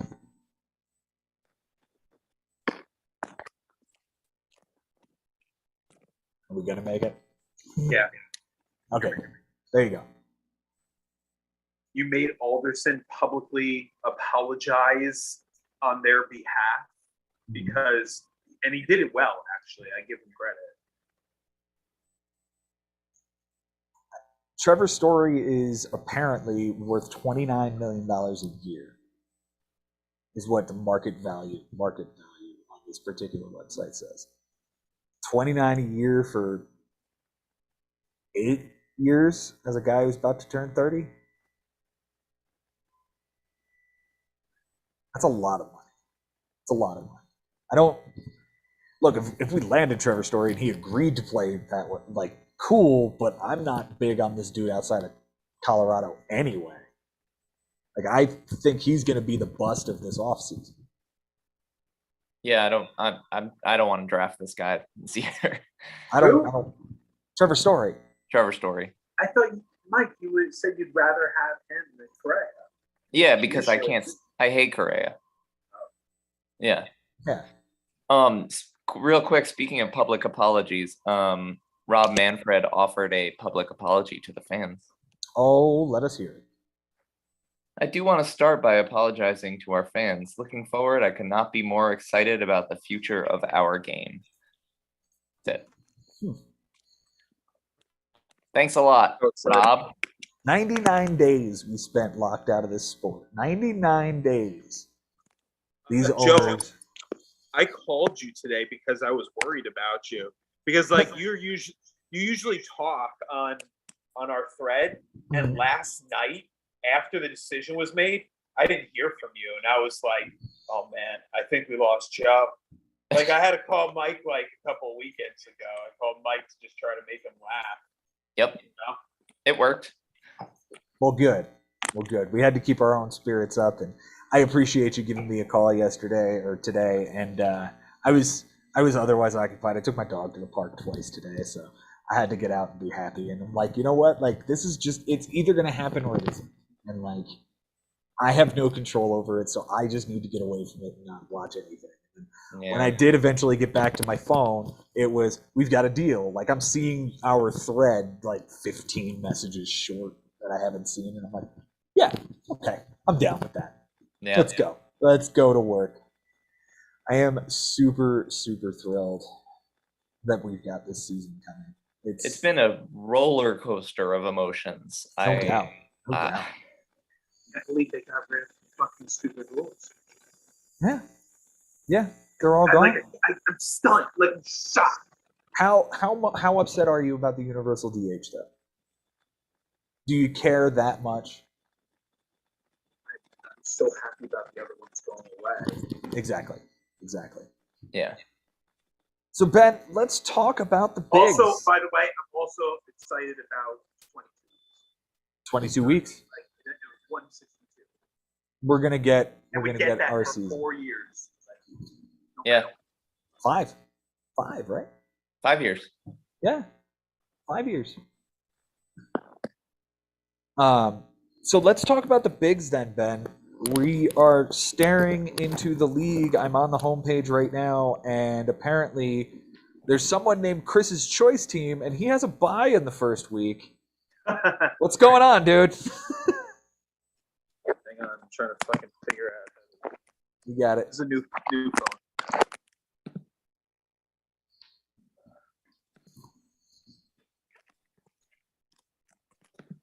I really like my new team name. Show me your O face. Yeah. Do you like Means I mine? gotta, it means I gotta try to draft them again. Let me find yours. Did you see mine? Oh, yeah, yours. I like yours. Are other people gonna like yours? I don't know. I always push that envelope, right? I always Yes, push you that do. envelope. I'm invading Ukraine. I don't love the name. You don't I love think it? you could have used like fight for Ukraine instead of Sure. the most negative aspect of it. Sure, I could definitely turn it another way. I agree with that. I Yep. think I will. In fact, I'm going to do that right now. In fact, I called you and then I hung up on the phone because I was thinking to myself like, this is a stupid thing to have a conversation about. You know what I mean? So, Yeah. like, I'm serious, but like at the same time, like it did kind of upset me. Like, you know, There we go. Standing with. That's better. I can't believe all those characters. Yeah, There you go. and like all those characters, the parentheses and spaces, they all fit. So Ben, is this going to be the show where we talk about welcoming everybody back? I would love it to be like a Q&A. Okay. Let's begin the cues, Mike. Well, we have someone in mind for Team 16, Yes. and they're committed. Supposedly, though, I don't know this person personally. Okay. Where does this person come from? The person that's connected to him is hospice. Okay. All right. I think we can give him some put some faith behind his credentials to bring somebody into this league. I think that's I think so. now who is Chris's Choice Team? Okay. Look, big fan of this guy. If I cut out audio wise, please let me know. I will. At any point. This is Chris Levy's cousin, Christian. He is not 11. Anyway, Okay. he's from the Jersey area, and all the same teams as Chris. Rays, Buccaneers, Lightning, and the Lakers. Tampa and the Lakers. Got it. Tampa and the Lakers. He's 20 years old, and It's youth. his first baseball memory is Andy Chavez over the wall in the playoffs. Wait. I will be right back. Tell us who is who is unfortunately out of our ranks this year. We got, unfortunately, the guys that are leaving us are Mike Buceta, who put together like 8 in a row Yeah. to finish the year. Yeah. I think it was at least 7, but it might have been 8 in a row anymore. So it's disappointing because if that run started the season, things change a lot for his season. Maybe he's back with us next year. But I can understand and I respect the fact that Mike said to us that he can't commit enough and he didn't have fast that like he just decided to step All right, so Mazzetta is gone. So how And many he did you did. win in a row? 7 or 8, Joe? Uh, Oh, 8. it might have been. Give me Definitely a minute. 7, maybe. Yeah, I got to pull up last year's league. While I'm doing that, to Christian, our new 20-year-old youth movement here. Yeah, which is great because you know what? And the thing is, he wasn't just asking questions; he was asking good questions, like how many IL spots are there? I was sending him pictures of the format of the statistics that we have, positions. He understood the fact that if you miss the minimum, it kind of sucks for everybody else. He got that concept very clearly. So I'm really looking forward to it. And it's funny. I wish Jason was in here too because he would understand. And no offense, but Joe, you will learn something in the next couple of seconds. Chris had asked me a couple of seasons prior if he could join, and I turned it down because there was always someone else, Bob Keegan, Frank, Jimmy, and bringing Mazzetta, right? So like James McCloskey, like there was always some, and I almost felt like, is it sort of just like the person that's marrying someone of the Jewish faith and goes to the rabbi, and the rabbi keeps turning them down to see how committed they truly are to converting. So that's how I feel it is, that he keeps going back, and now the third time I have to say yes because it sounds like that he's actually very into it, and hopefully we have a star for many years. Well, what I got up just a moment ago to go grab for this young man, Christian, I have in my hand a signed baseball, and that right there is Endy Chavez. I got this ball specifically because of that memory. He's one of the few guys that will live forever in Mets fans' hearts for that catch over the wall on, was that Scott Rowland? Yeah. Yeah, it was, wasn't it? To think about how young he was. Yeah, I mean, if he's 20 now, yeah, he was 4. He was born after 9/11. He learned about 9/11 in textbooks. And then Yep.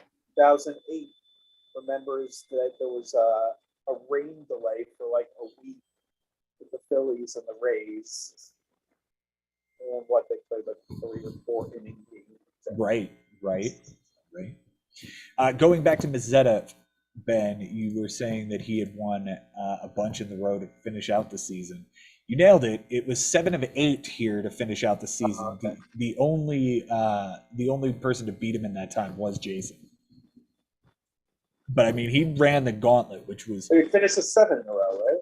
Yeah. 1, 2, 3, 4, 5, 6, 7 of 8 to finish. Oh wow! Okay. 7 of 8, which again is pretty damn impressive to do, and it was against mostly playoff bound teams. Yeah, kick my butt. Mine too. Well, he beat me 10. Yeah. Okay. That kept you in it, man. It did. But you ended up getting what? I was the 5. Yeah, I was the 5. I was the 5. Beat Jay in the first round, and then lost to. Oh no. Yeah, I lost to somebody. I lost to somebody real bad. Again.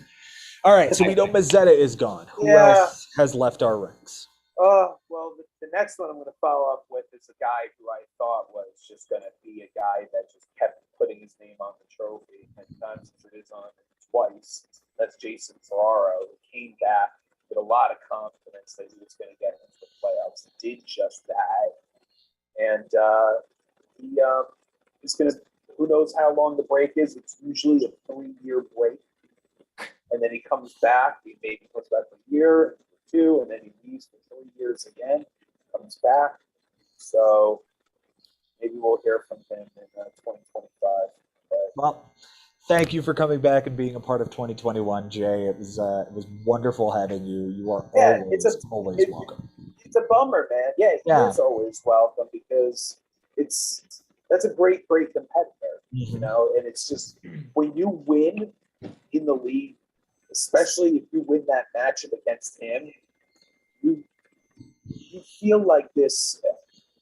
It's kind of challenging to explain it, but it's a sense of pride that Yeah. you know you feel like you're intelligent, like you actually outsmarted someone. I certainly felt that way winning against him in the first round with the duct tape piece of shit team I brought to the playoffs last year. Like, it felt really good to get past Jay, and I didn't think I would.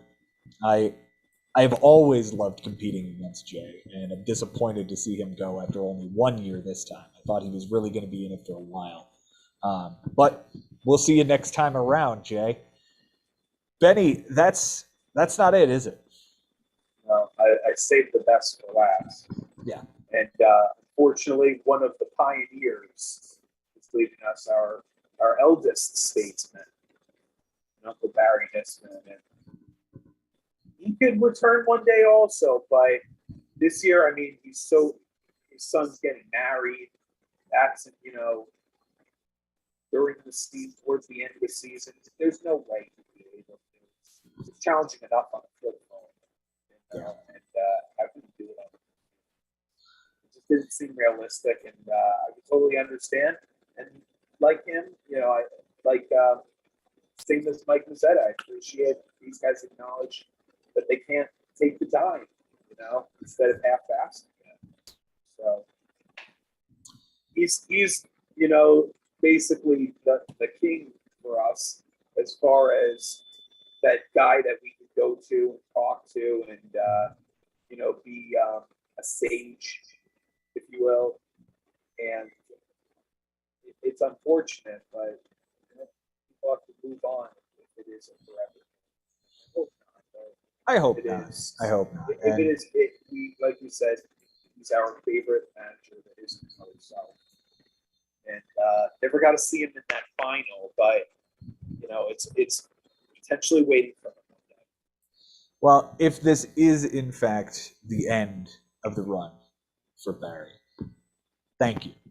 Thank you for 15 plus great years of friendship and competition.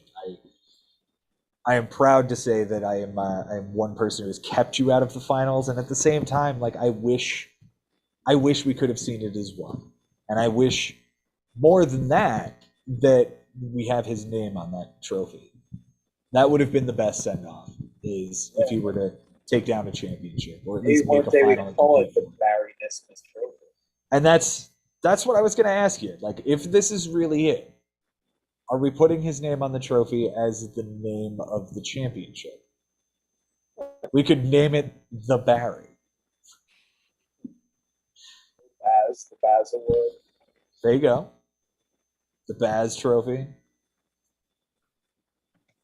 Is it an idea? The Bigs champion is not a bad thing to have. No. Reigning and defending world heavyweight Baz champion. I don't think that flows as well, but Not so much. we'll come up with it. I think we We'll can come up make with it that way. something. Yeah. So that is who is out. We have already talked about Christian, who is Chris Levy's cousin, joining our ranks. Who else is coming back?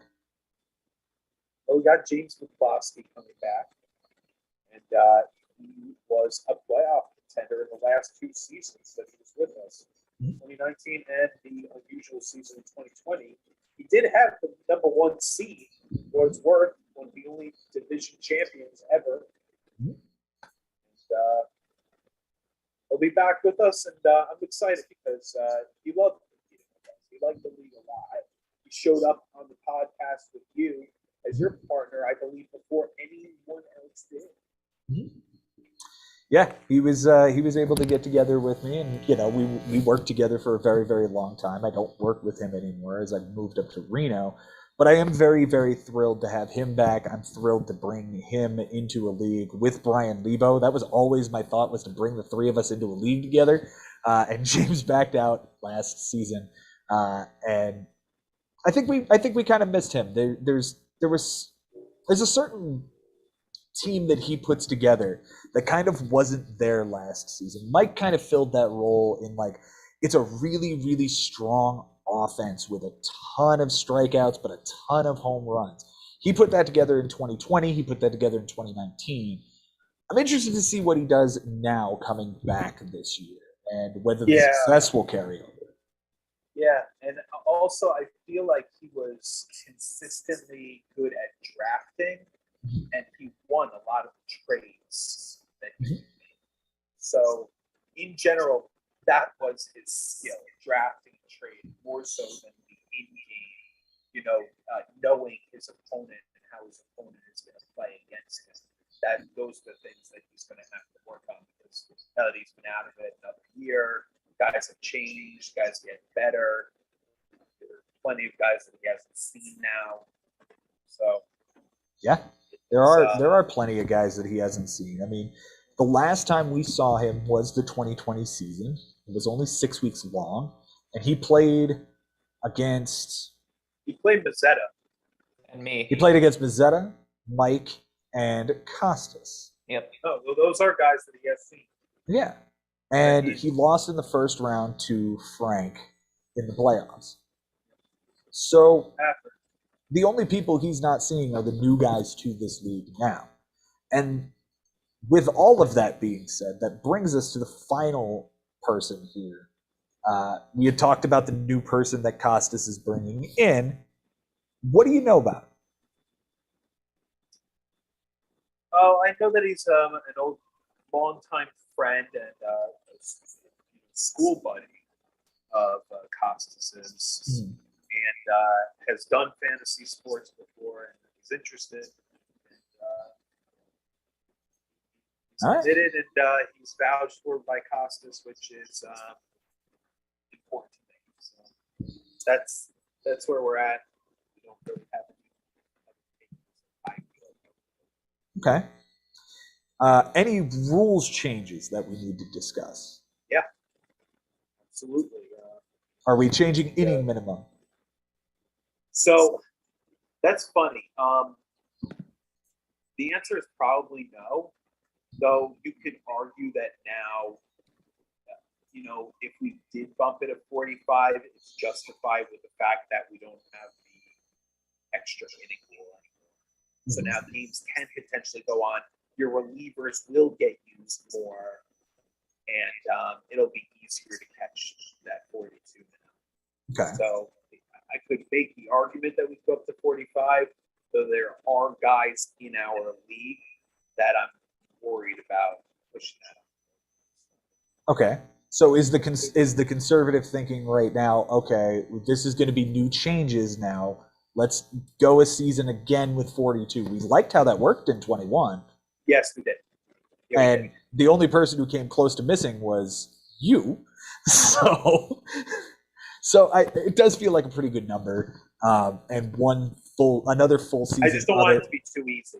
Yeah. And I don't think it was. I think you had to balance the risk of starting versus necessitating getting those innings. So I liked where that balance was. Okay, so no issues there. Any positional changes? Nothing like that. No. So we're keeping Stats. 3 starting pitchers, 6 relief pitchers, and 1 pitcher. And rosters are going to remain the same. Scoring system's going to remain the same.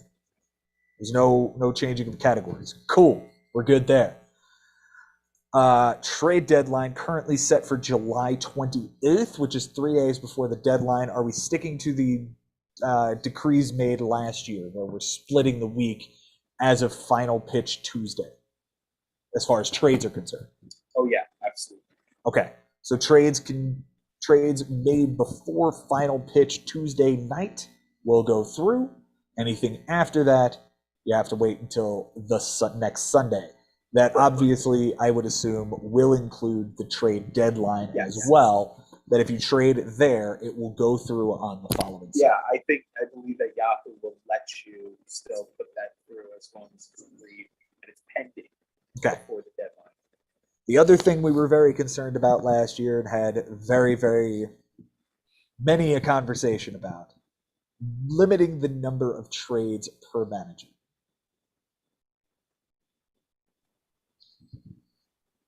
Where What's do your you stand? question? Where do you stand with it? I'm very satisfied at the number that I've chosen now, albeit I made 0 trades last year and won a championship. Mhm. I believe that I made, off the top of my head, I can think of 3. Maybe there were 4 trades that I made in 2019 when I won the championship. I truly don't believe that anyone needs more than the number that I've given, and that's 6.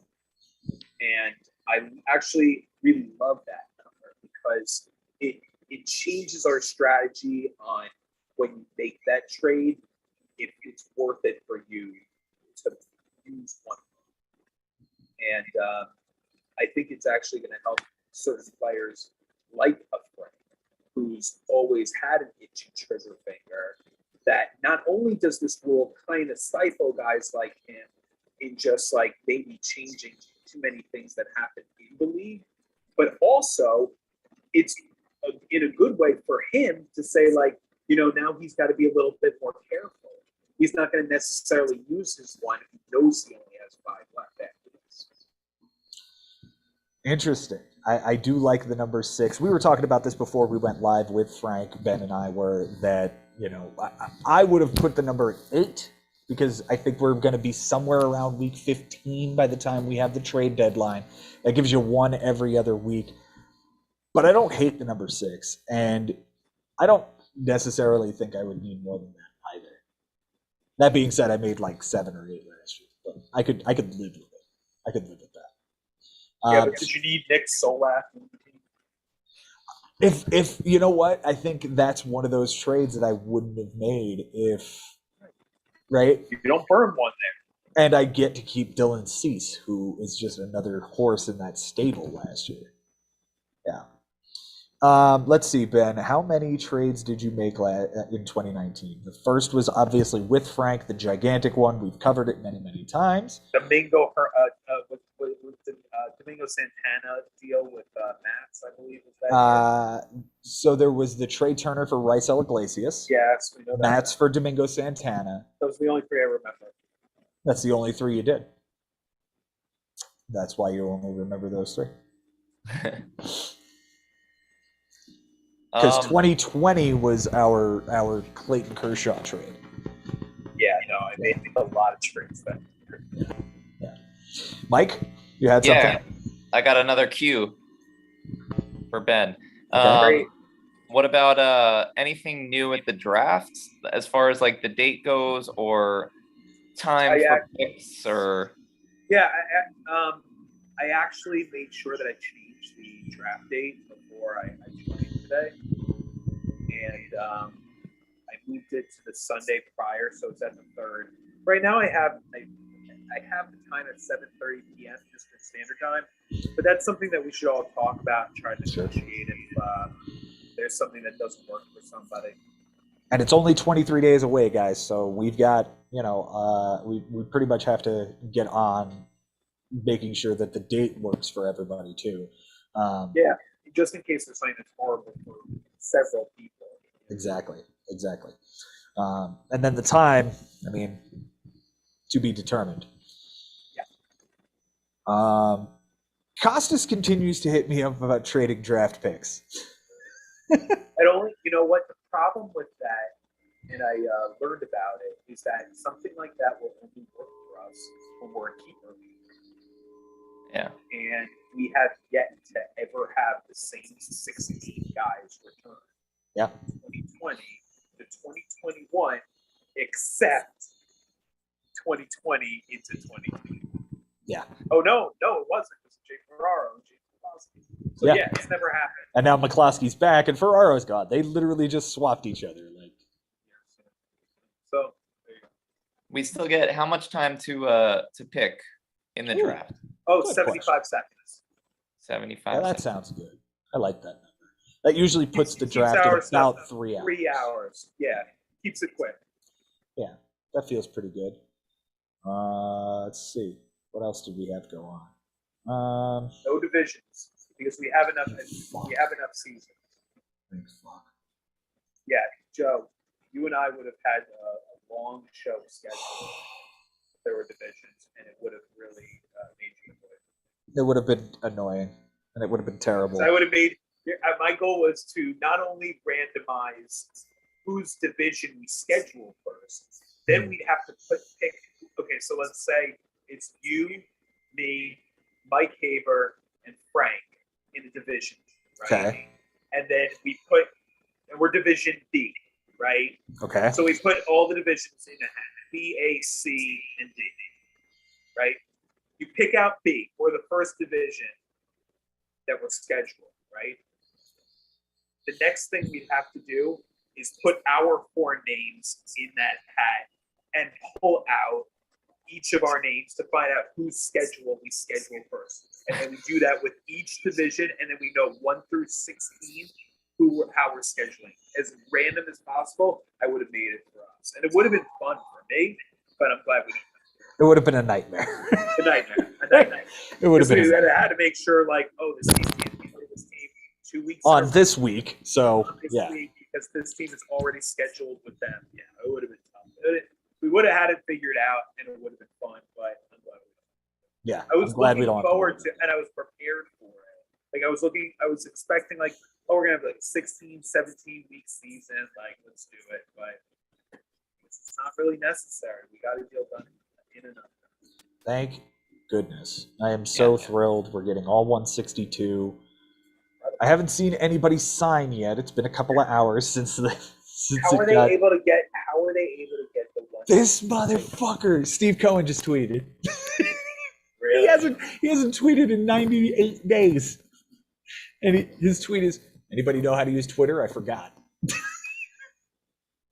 He's a fucking troll. Oh, goodness. Do you Yeah, think that's John- actually him, or do you think he has someone to do it?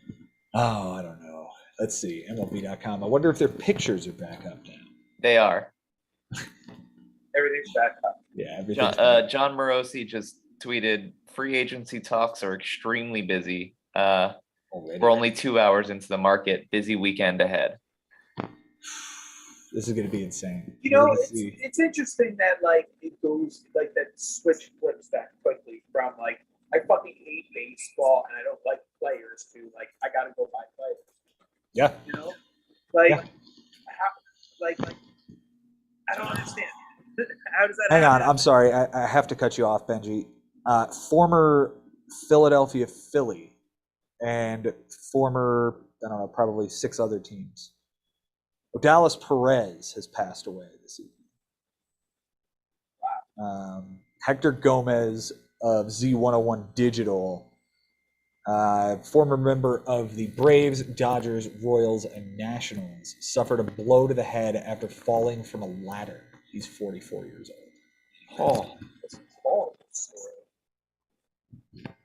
wow. I could have sworn he was a Philly. I don't remember him as I a remember him on the Dodgers for sure.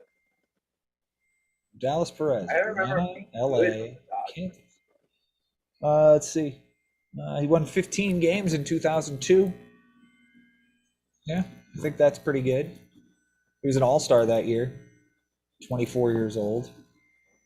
Man, that sucks. Yeah, that's really sad. Yeah, that's terrible. All right, so who's going to be the first person to sign, Ben? Great segue. Loved it. We got our predictions. Yep. I mean, there's no way to know, right? Like, it's just one of those, like, hey, here's what I think. Yeah. Kershaw. Kershaw? Where's he going? Going back to the Dodgers? Okay. Interesting. Interesting. So, What about Kenley Jansen? Where's he going? Isn't same that crazy? place. You think he's going back too? Can't they sign both those guys and just make them their two sign? I mean, they could. They could. Kershaw would probably slot in as at the 3 at this point, at the bare minimum, maybe even the 4, depending on what happens with Trevor Bauer. Yeah. And that's pretty disgusting. That's a rotation I would like to see on the Mets someday. That like, oh, okay, I can throw this like 3 times Cy Young and former MVP and my number 4. And Trevor Bauer's not going to play on the Dodgers. I don't know, man. He's not. He'll play on another team, but he's not going to play on the You think they'll trade him or release him or whatever? There's no way they'll play on the team. Same situation as like Reyes would not play on the Colorado Rockies.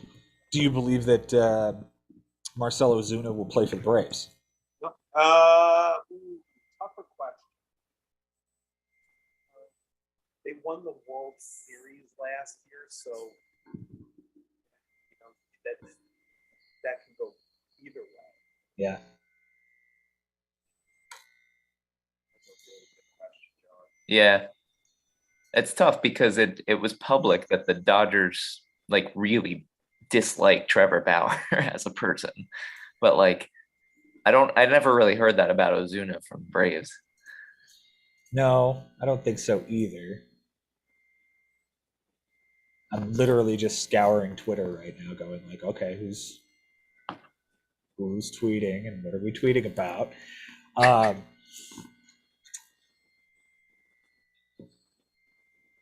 The Diamondbacks. You know what? No, let's continue that Colorado thing I had going. We got interrupted because somebody showed up. There was the Rockies. What was it? The Rockies prospects. Oh yeah. I got another like 10 minutes in me, guys, because I gotta teach people tomorrow. Oh, that's right. You do have to get that. teach people. Well, I think Jason was going to stop through. Costas said he would too, but Yeah, yes. Costas did say he would. Yeah. Bunch of liars. Let's see if I can find this. I'm just going to throw you names, Ben, and you can tell me how many of these guys you remember. Where the hell is it? Did I not? Oh, goodness. There it is. Got it. All right. Ready? Here we go. Ben Petrick. The catcher. Yeah. Rockies system. 27 career homers in 5 seasons. Chu Freeman. Yeah, he only had 285 at bats and hit 225. Jason Jennings. That was a pitcher that won Rookie of the Year here. He was Rookie of the Year?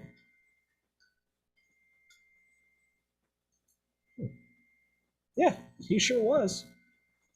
Rookie of the Year in 2002 with a 16-8 and a 4.52 ERA. Career, he went 58 and 56 with a 4.74 across 6 seasons in Colorado.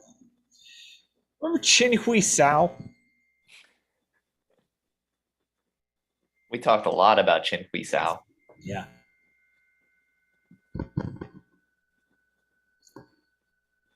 Chase Nope. Sao. Nope. This is TSAO. He was a reliever who came over from Korea and was in the Rockies system for a while. And by a while, I mean he was a top prospect for like 4 years. And all told, he had 4 career saves with a 5.80 ERA. Juan Uribe was obviously. Juan Uribe was a prospect for the Rockies, and he played 3 seasons with them. And he was traded for Aaron Miles in 2003 and won the World Series with the White Sox in 2005. He was awesome against the Phillies. He had a walk-off sac fly to win Game 4, and he had the game go-ahead home run in Game 6, I believe, the clincher. Yeah. This is just proving my point that the Rockies gave up the wrong guy. Jack Cust. Good So open athletic. Yeah, he was traded to Baltimore for Chris Richard after having 65 at bats for Colorado. He was another one of their prospects. Had a much better career outside of it. Aaron Cook. Yeah. Yeah. Solid 4.53 pitcher for a ERA. while. 72 and 68 with a 4.53. How about John Huh? About John. Well, I am going to tell you that Ian Stewart was a guy for like 4 years as well. Yep. His 236 batting average and being traded for. Do you remember who he was traded for? Who's he traded to? Chicago Cubs.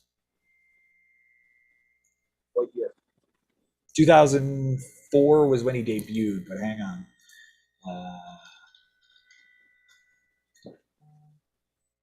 The off season going into 2012.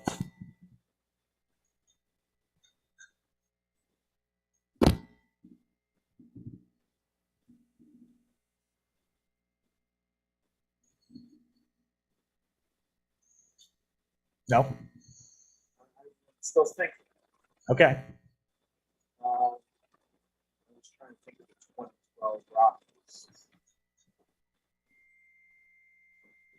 Rockies. This guy played 136 games for the Rockies in 2012.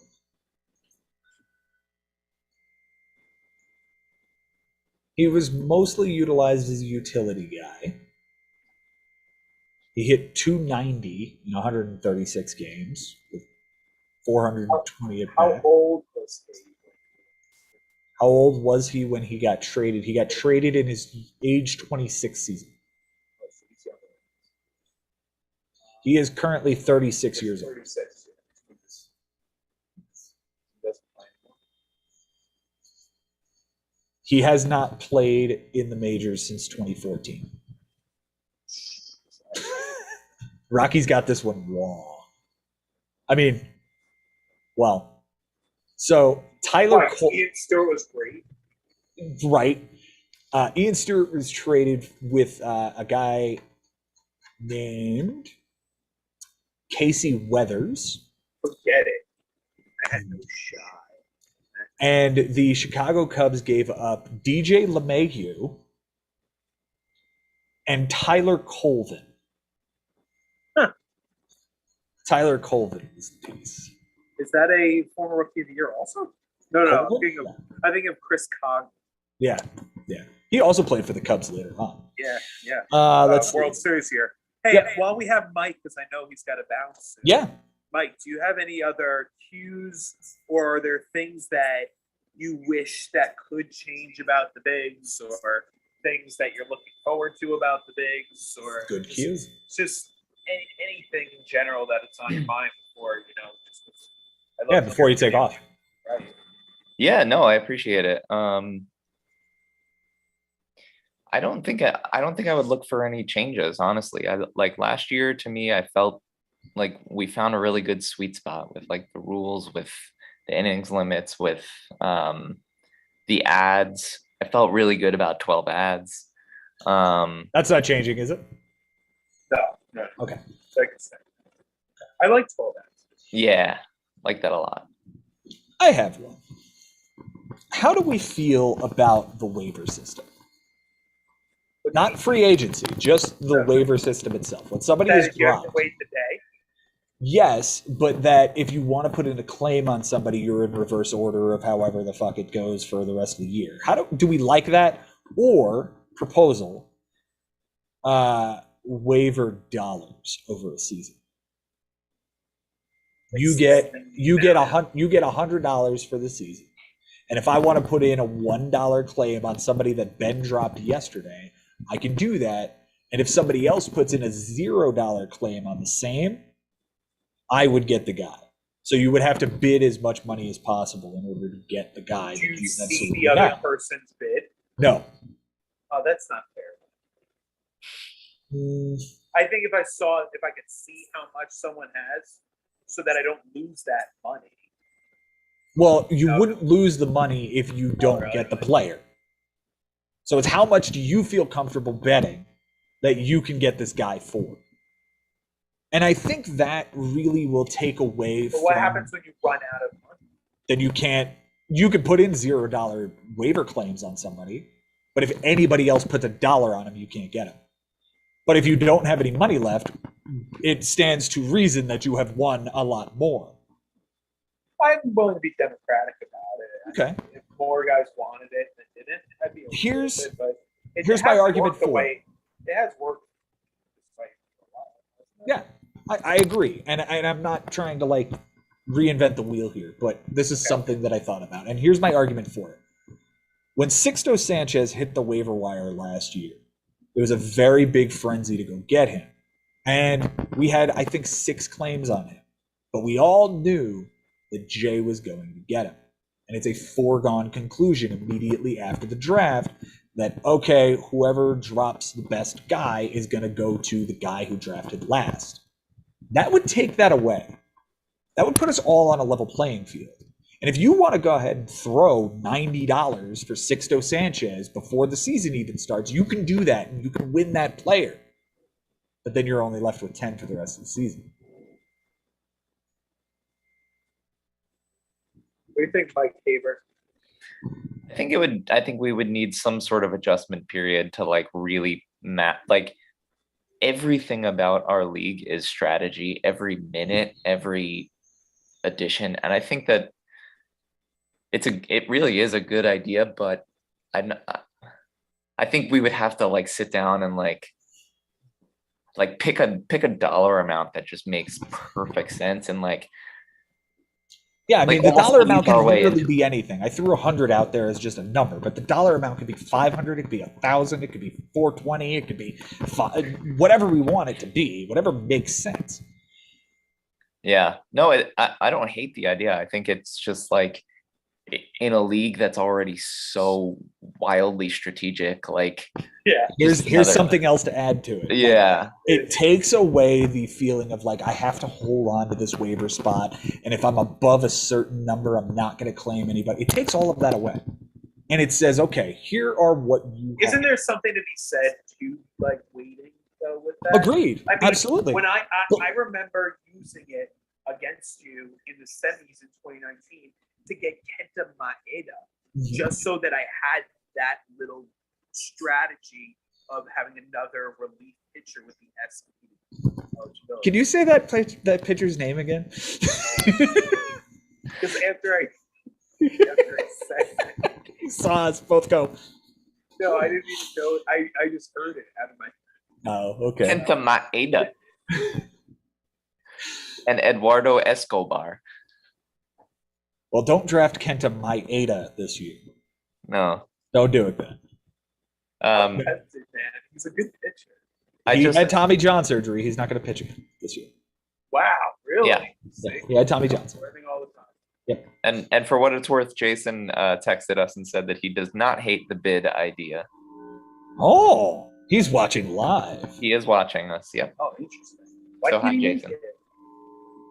I don't know. Jason, what's up?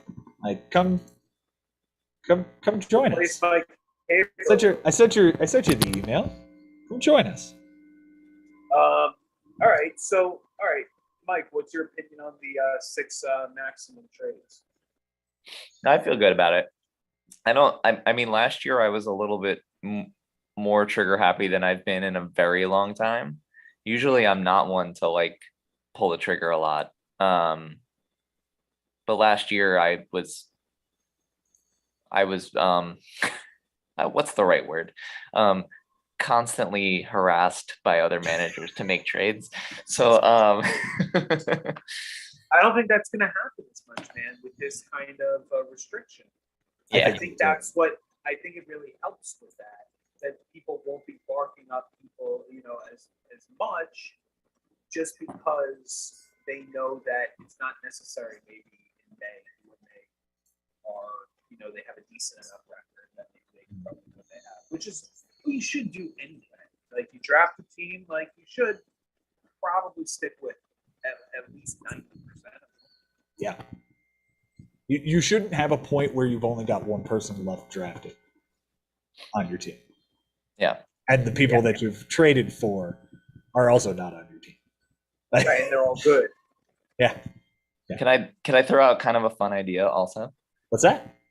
Oh, wow. Okay, You could say no. You could say no. there we go. Um, A 3-batter rule in the bigs somehow. no, just kidding.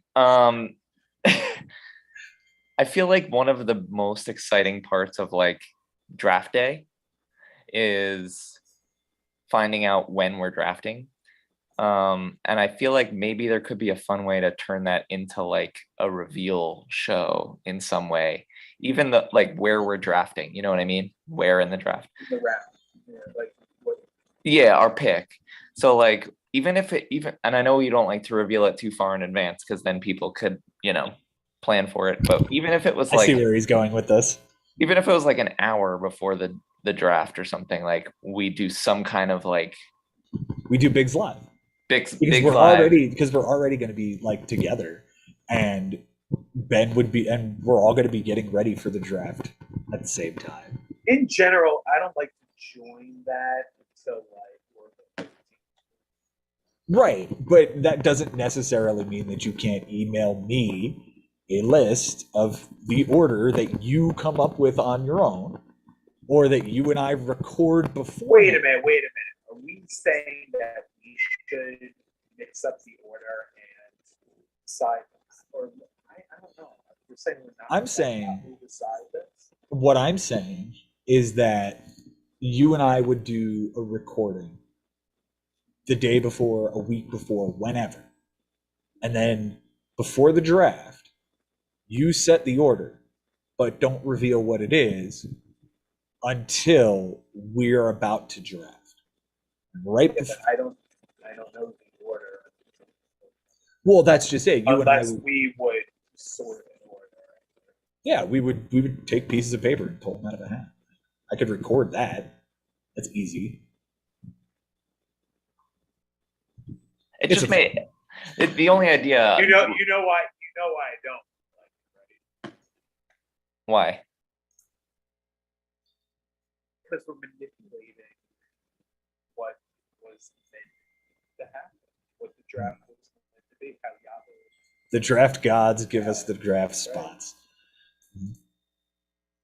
I've always enjoyed the fact that like we don't know until day of. Until like No, the no. minute it opens. I've always loved that. Like I Yeah. wish Yahoo would tell us earlier, Yeah. you know, but whatever Yahoo decides for us, same with the schedule, right? Yeah. It's just how it ends up sorting out. Like it Yeah. doesn't. We won't know until the And 16th person it's not comes like in. it stayed the same every year. You know, like it has been different. Like it has been random. Have you ever had the same draft spot for this? Have you ever had the same guy, you know, in your first week? Have I ever Maybe. had the Alright, same same with draft all spot? of I'm them. sure over the last 18 years I've had the same fucking draft spot at some Maybe. point. It's just Maybe. well, there's only 16 spots. I mean, and well, yeah, I played of for course, 18 of years, course. so mathematically. Of course. But like, and I'm sure maybe more than once, you know, more than once, Yeah. you know what I mean? But my point is, it's Yahoo's done a pretty good job for us. I agree with that. No, That yeah, doesn't- I agree with that too. I feel like even if we like if we did Bigs Live like as people were like coming into the draft and then like revealed fine. in there, you know what I I'd be mean? into that. I would hang out with you guys Until draft. until we're about like 5 to 3 minutes, and then you know if I'm And then all right, I gotta go. I I know. gotta. especially if I'm like the first pick, then I'm you know So When that it- begs the question: where do you want to draft this year? Good Ben? question. What slot do you want? If you could pick your spot. I would say probably third. Interesting. Third or fourth? Okay. Yeah. Looking for not looking for the two shortstops up top, but more for like a Vlad or a Soto. That's my guy. Vlad's your guy? That's the guy. Nice. I'm But the if exact I- opposite if- of that. I want the back end. But yeah, but if I have the back end, I have a strategy for that. Yeah, I have a really, really interesting. Oh my God, could you imagine if Ben and I are 15 and 16 this year? That's trouble, bro. That would be ridiculous. Yeah. You guys might see 4 closers go off the board at a turn. Oh yeah, Probably. inevitably, easily. Yeah. Yeah, like I'll hit him with one. I'll hit him with like I don't know Kenley Jansen, and then he double taps. But I know he's not taking Edwin Diaz, so Edwin Diaz comes back to me. I don't know what spot I want. Yeah, I'm no. kind of undecided this year. I just don't like being 9th or 10th, and then I have to be there the entire time. When you Yeah. have towards the bookends, you have time to go through your Last year I was 13. I really didn't love that spot. because I was 14. Yeah. Yeah. I had 4. I was really happy with that. Yeah, for Then I drafted Mike Trout. right. Yeah. You know how that went. How could you have known? I Yeah. couldn't. I was thrilled to get him at 4. And Tatis went at 5 to Bobby. Yeah. We were shocked at that too, I think. Yeah. Yeah. Well, the DeGrom going at 3 was the real shock. Yeah. Yeah, that's the one that was most unexpected. Good news is he's coming back, Jimmy. He wants another taste. So All right. I'm glad that. Let's see if he can make the playoffs this year. Yeah, that's the big thing. I think He's got a glass ceiling. very motivated, and honestly, like the new guys, and I'll throw James McCloskey into this because McCloskey's been with us 4 2016? years 2016, right? and 2015 Oh, okay. and 2014. Oh Yeah? wait, maybe not 2016. Definitely 2014, 1000%. That was his first year. Definitely 2015. I don't think 2016. I think he missed 2016, 17, and 18. Came back for 19 and 20. So I think it's only been 4 years. So I'll kind of include him as a new guy-ish also. Okay. Even more so than a Jimmy or a Frank that's been with us consistently now for 3 years, right? Right. But We're like, Costas. well, Costas still feels like a new guy. to me he does. To me he does. Even though like he was that close to a championship, you know what I mean? And his second Like, he's won, second like- season, first full season. One different move away by each of us, by either one of us, and it's a different story, you know? So we're talking about guys like Brian Lebo and guys like Costas and guys like that Like compared, McCloskey, compared to Jimmy Dunlap. right? And the fact of the matter is, like, he can eat those guys for breakfast, you know what I mean? And he just needs another season where he can stay hot the whole way through. Like, he just kind of hit the skids at some point during, I think it was like week 17 or week 18, and then like had like 3 or 4 bad weeks in a row or something. Yeah, he lost 3 of his final 4, and And not, the one that he won, it wasn't like a great wasn't a win, good right? win. Yeah, it was not a good month for him in the down the home stretch, and that's what lost him in the tiebreaker. I mean, that just really crushed it. It was a crushing way to finish his season last year. Good to see that he's coming back. Good to see that he's going to want to be a part of this going forward. There was some concern there toward the end of the year. Who else do you see making a big move this year, Ben? I would say guys like Bobby, guys like a Jason Ashby, a Brian Lebo as well. Like, I'm waiting for like this new wave to break through of these guys that are going to be in the playoffs on the regular, and no more of a Jay Ferraro and a Barry Nisman who are in it so consistently. Because, you know, obviously Jay, when he was, you know, here, but actually technically no, because Jay did make the playoffs, didn't miss the playoffs. But you know, Right. Barry, consistent, Oh, he was there all the time. right? So, you know, it's just, and Jay is such a competitor. You know, when he's there, it's just another guy that you don't have to worry about.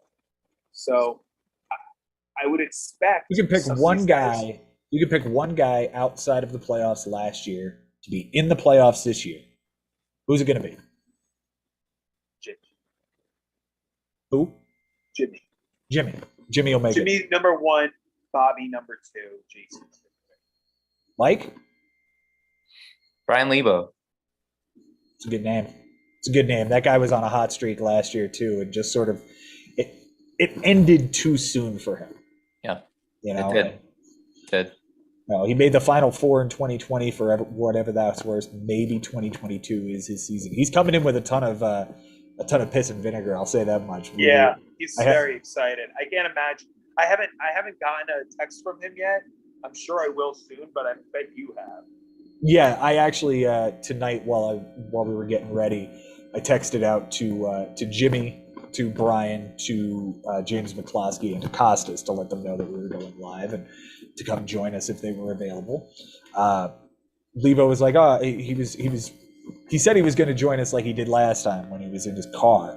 It doesn't Yeah. sound like that was a possibility this evening, but at the same time, we're all now exchanging numbers in that group, and Brian went ahead and called himself, and I quote, the new and upcoming champion. So Lebo's laid the first claim to the Biggs trophy. And I just want to say before I head out, I got a lot of emotion pent up from last season as well. We've been waiting for this. Is this gonna be you addressing last season? Let him finish what he was about to say. It's taken a while for me to come to grips with what happened last season. So yeah, this is me addressing last season.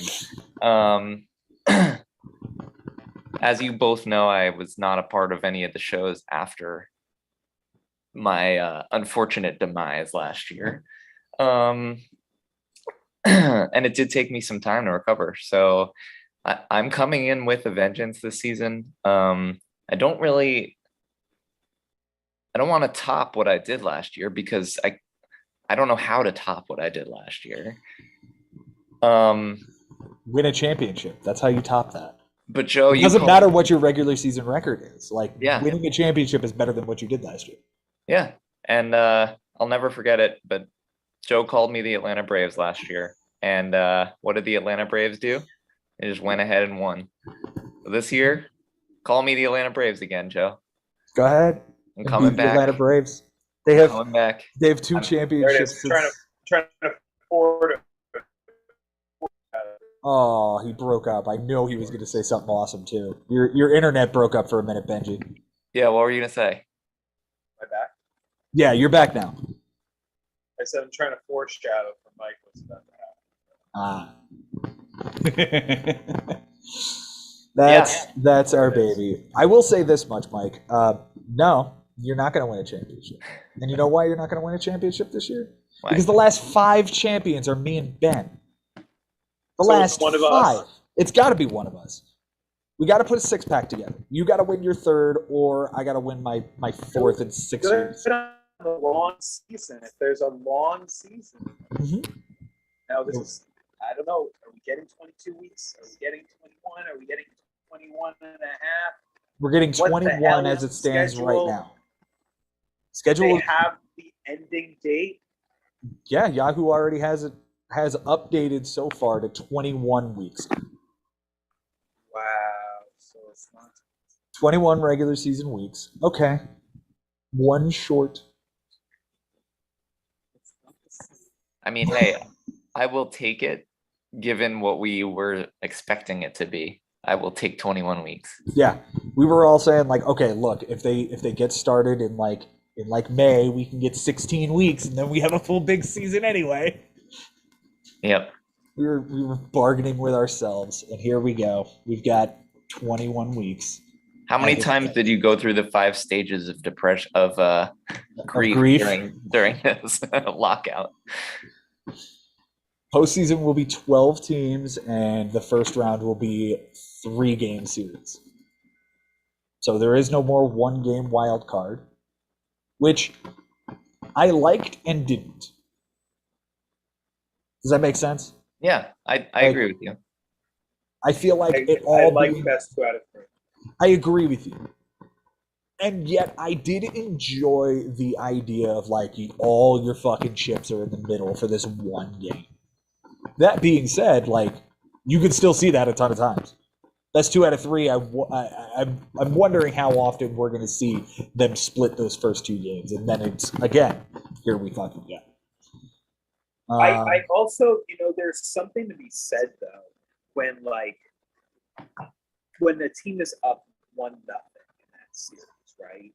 And they have them in game 2, like they're ready to win that game and close it out, and somehow that other team pulls it out of their ass teams like in the bottom of the ninth, you know, or even like the top of the ninth put up like a bunch of runs and then just shut it down quickly in the pitching side, and all of a sudden they stun that other team, and it's just like, holy cow! Like you could already see it on the other team's faces, like, damn, I do not want to play another game. Mhm.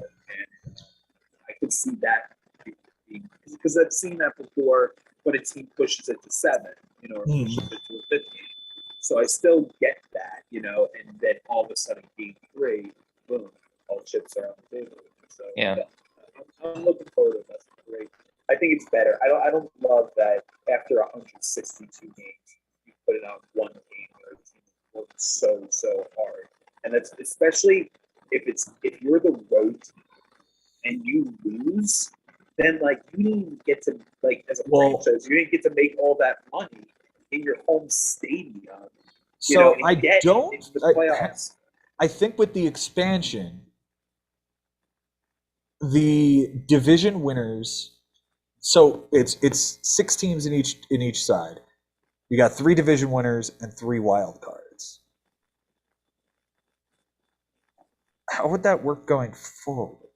Like, The top team is going to have a bye, right? I don't think so. With the postseason expansion, the wild card game is no more. The one-game playoff between the 2 wild card clubs in each 2 teams have a league bye. That's took effect in 2012. It remained in place through 21, but the one day. right. But 2 teams in each league, Mike. I think that's what it is. It's 2 teams in each league have a bye.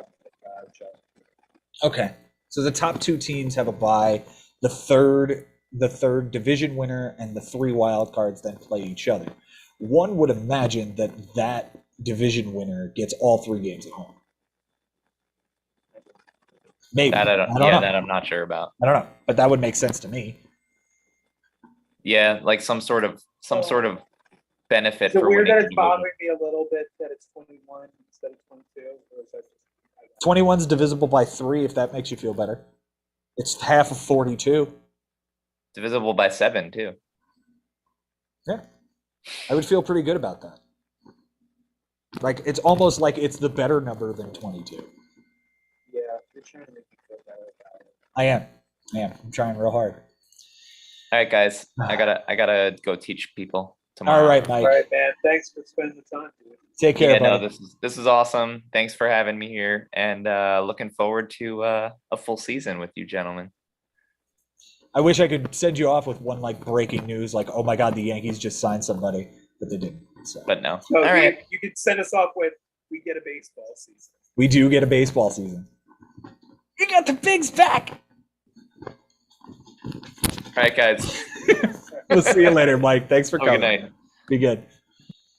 Benji, I have some things I want to talk to you about as well. This is more player driven. I don't know how much of that you want to discuss before the draft, now that we actually know we're going to have a season. So, Okay, maybe we could delve a little bit. But then Okay. I want more about okay. It's just going to be a who would you prefer Okay. at each position. Yeah. Who would you prefer, DJ LeMahieu or Jared Walsh? DJ LeMahieu, I like the fact that he didn't have a great season. I feel like based on what his stats were last year, the upside on him is exciting. Okay.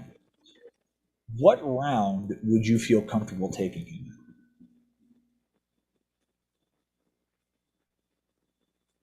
You know, I've never been really good at that, you know, as far as Okay. like being able to designate a round for a player. You know, because I don't know who's like who left already. Okay. It's easier to say this guy or this guy. Okay. That's why I ask about Walsh, because they're going 6 picks apart right now, and they're both first base eligible. So, And what round are they going? 6th round. Bigs? Back end of the 6th round. Yeah. They're going 92 and 98 overall. So they're still inside the top 100. I don't think the discount you expected for LeMahieu exists. This would be interesting to see where he went last year. That'd be good. Oh, that's that great year. Oh, sorry. Yeah, like last year, I would imagine he was like top 2, maybe 3 rounds. So you're getting a 3-round discount, probably back to where he would have been anyway before the 2019 breakout. Probably further down.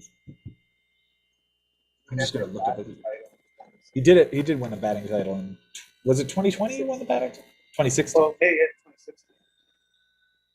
Yeah, he did win the batting title in 2020. I remember that. He had like Yeah. 360 something. Yeah, 364. All right, next pair of guys will go to second base, and I'm going to ask you Ketel Marte or Jorge Polanco. Polanco, by far, is the Really? Marte. What offense? What supporting cast for Marte? David Peralta and Cole Calhoun. Good player. Yeah. They are actually going 10 picks apart currently in the bigs, around the same area that we're talking about with LeMahieu and Walsh. Marte's going 90 overall, and Polanco's going 100 overall. And I think I tend to agree with you that, like, I would take Polanco.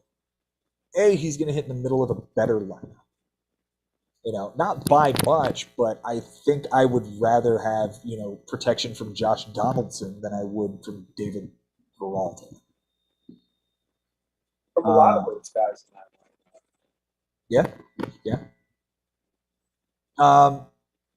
How about the third base combination of Ke'Bryan Hayes or Yoan Moncada? Again, I'm just sticking with the team that has a better move. So when the White Sox go on that 10-run tear, maybe he's going to be in the middle. Yeah. So Moncada is going 125 overall, and in the bigs, that's the back end of the 8th round. Ke'Bryan Hayes is going 181 overall. That's the 12th round. And allegedly is going to hit atop the Pittsburgh Pirates lineup with Yoshi Tsutsugo and Brian Reynolds. And Ben Gamel is apparently going to hit cleanup for the Pirates. That's not good. No, that's terrible. That's terrible. Shortstop. Francisco Lindor or Corey Seager? Really? Yeah, I don't like it. Other than going to I will be better than next year, but I just generally don't think he's going to play. I think he could have 20 home runs. Hi, Jason. Hey. Hey! Glad we stuck around. I made it. He made it. I'm happy to have you here, Jason. Happy to be here. Welcome to Bigs Live. We have a baseball season. It's going to be 21 weeks long. Hallelujah. We just went over some of the things that might or will change in the bigs. We've talked about the ownership, the membership that has changed. No real rule changes that I'm seeing. 6 trades is a maximum. Otherwise, You I okay think with that, Jason? Because you went to about 9 last year, so I think you could handle that restraint. Yeah. I last year I went a little trade crazy. So I need to scale it back anyway. So this will help me absolutely. love it. And then we were discussing some things that may be implemented, and I pitched out the idea of a bidding system for waivers. I did catch that. I was actually watching you guys live for a little bit, and I did catch that part. I don't hate it. I think Mike was right. We kind of maybe think about what that dollar amount would be, and think about what that would look like. But I don't hate the idea. Yeah, I don't hate it. Awesome. All right. We were actually just going over some ADP battles that you are familiar with, Jason, because back on the 31st of December, we were going over these matchups, and there has been a bit of a change. We got to the short stops, and I asked Ben Francisco Lindor versus Corey Seager, and he is all over Corey Seager versus Francisco Lindor. How do you feel? I can see that. What if I told you Lindor is going 25 picks before Seager? Wow. That have to do with injury concerns on Seager? No, I think some of the concern is A, that he wasn't signed up until right before the lockout, and B, he's going to Texas, and it's kind of a drop-off in lineup. The ballpark isn't as like small as it used to be. And other than Marcus Semien, what's that? Joey Gallo's gone. Maybe Adolis Garcia is real. Maybe Nathaniel Lowe is real. Yeah, I would say Nate Lowe. Yes, So I know I knocked the guy earlier, but Solak is part of their plans. he's probably going to be their center fielder. And Yeah. Kiner Falefa was one of their best players, right? He's probably their third baseman now, or their shortstop. He was their shortstop last year, so yeah, he's probably their shortstop this year. Kiner Falefa? Yeah, He's gonna be the Where third does- baseman actually. actually, yeah, I guess he would have to be, right? th- And then Yes, they- there's no way they- you're going to sign two shortstops. and I'm not not play one of them and players. play neither of them play shortstop. Yeah, he'll be the third baseman. It was supposed to be that kid Josh Jones. Josh Young, yeah, he's got a yeah, shoulder thing now, doesn't he? Yeah, Yeah, I think he like tore his labrum or something like that. So poor kid. it's gonna be Falefa unless they Yeah, another make a move. Johnson situation. All right, we have some news in the world of MLB that is not labor negotiations. Got a little bit of an update on some free agents. I'm just seeing this now on MLB trade rumors, so bear with me. It's been speculated for some time that the Yankees' minor league depth may impede their run at a baseball's top free agents. That's obviously Correa and Story.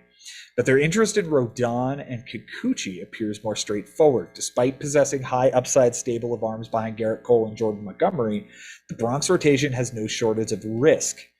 Looks like they are interested in either Rodon or Kikuchi, and they asked for physicals before the lockout happened. So we are probably going to see one of those guys go to New York. Let's see.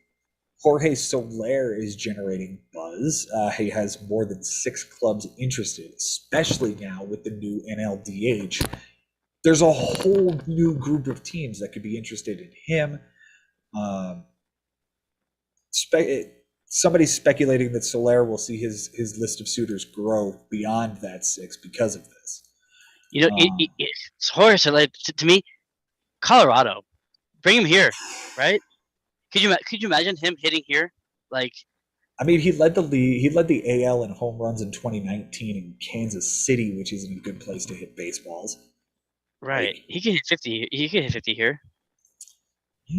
He definitely could. And who's in that lineup that's going to block him from playing? Their DH currently is Charlie Blackmon. Do you want him to play right field over Charlie Blackmon, or would you like to put Raimel Tapia, Sam Hilliard, and Connor Joe are allegedly the 3 outfielders right now. Yes, Wow, that's right, what a Ben. bad team. Yeah. Yeah. Yes, that's right, Ben. The best backyard wrestling match in the history of backyard wrestling matches is batting 6th for the Colorado Rockies again. Connor Joe. Hey, Ben, can Yeah. you tell me who's going to play left field for the Philadelphia Phillies this year? Odubel, Herrera. He's a free agent. Wow, right. They didn't tender him or something.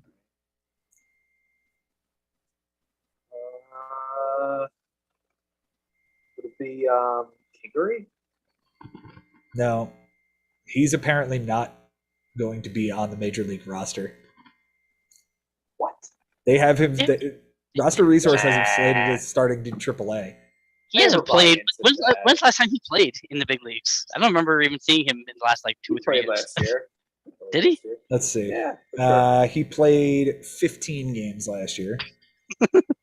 Oh, I know who it's gonna be. It's that guy that. Oh, wait, is he not? Maybe he's not on the team either. The guy that Frank picked up and hit 3 home runs. Brad Miller, and no, He's a free agent. he's also a free agent, who I would imagine is going to get one of these NLDH jobs, honestly. Who was the guy that was on the team that he was on the Tigers and he was traded for Edwin Jackson to go to the Rays? He's like, why am I blanking on this name? You're not thinking Matt Joyce, are you? Yes, that's what I'm thinking of. No, Okay. Is he even still playing? he played a lot last year. Did he? Okay. Yeah. I once traded for Matt Joyce, and Ben was upset with me. Ben doesn't remember the conversation, but You do. I do. He was still on the Rays at the time. I think it was like 2012. I was really mad. I really He was- wanted that product, or I didn't want him on. No. It wasn't upsetting that Matt Joyce was on my team. It was what I gave up to trade for Matt Joyce that you were interested in, and you were like, I was going to give you somebody way better than Matt Joyce. Scott Kingery has played 15 games in 2021, 36 games in 2020, 126 games in 2019. So is Matt Joyce not the left fielder? No, Matt Joyce is not the left fielder. The left fielder is going to be Adam Is Hazley. Matt Joyce on that team, or is he? No, Matt Joyce is not currently on the team.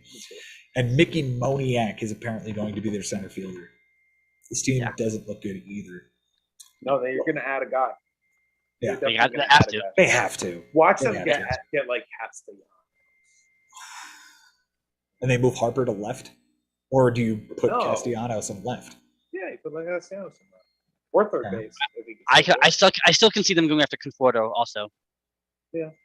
So do you put Conforto on left? I think you put Conforto You're on not left. moving. You're not moving.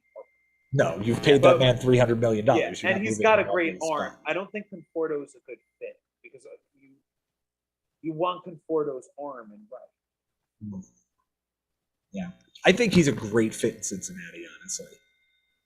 Like, I think he's a cheaper Are they option gonna than be adding Castellanos. Players? I don't think so, but like he They're would not be a adding good fit there. players. They're not. Yeah, but it's not because they don't want to pay him. So Right. you got to pick somewhere else. You think they would go like the Angels, but it's not a good fit because if they're going to pick somebody, they should get a better hitter that they should be spending their money on. Exactly. They can afford it. Exactly. Looking at free agent outfielders currently, Chris Bryant, Andrew McCutchen, Dexter Fowler, Nick Castellanos, Ian Desmond, Michael Conforto, Kyle Schwarber, Tommy Pham, the guys we've talked about before, Eddie Rosario, Jock Peterson, Jorge Soler, Corey Dickerson, Alex Dickerson, Kevin Pillar, Jake Marisnik, and a whole bunch of other not really attractive options. Jason, can you tell me who is going to play? Who is the current Brewers DH?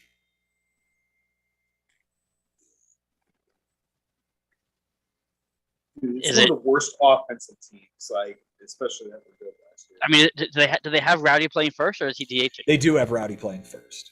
Okay. They have something Rowdy called playing first. they have something called Tyrone Taylor DH. Oh, he played a bunch last year. He played for the Buffalo Bills, right? Nice. Nice. Yeah, he played 93 games last year for the Brewers. I remember asking last year, like, who the fuck is this guy? Is 290. Daniel Vogelbach no longer on that team anymore? Nope. Vogelback No, is. he's Where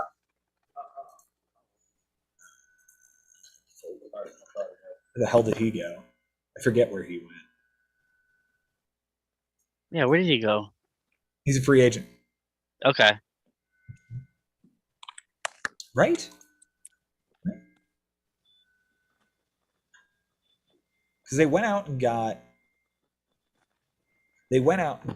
Mike Brasso from the Rays to basically fill that spot as like this Right. infield sort of guy. They still have Yeah, they Keston still have- Hira. Yeah, I was just gonna go there. Right now, they have Colton Wong at second, and obviously Rowdy at first. I don't know if Lorenzo Colton Payne Wong, is still. center field, gonna bat Yeah. eighth. Yep. I can't imagine they're going to give Casemiro too many more chances.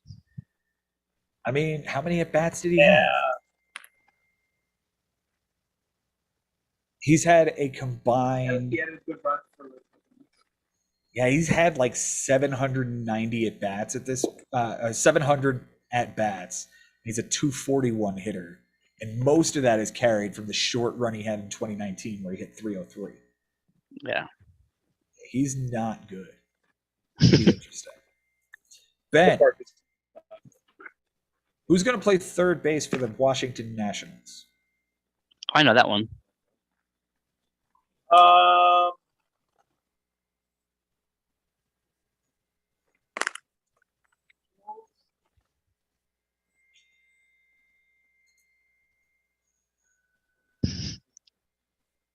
Can't hear you, Benji.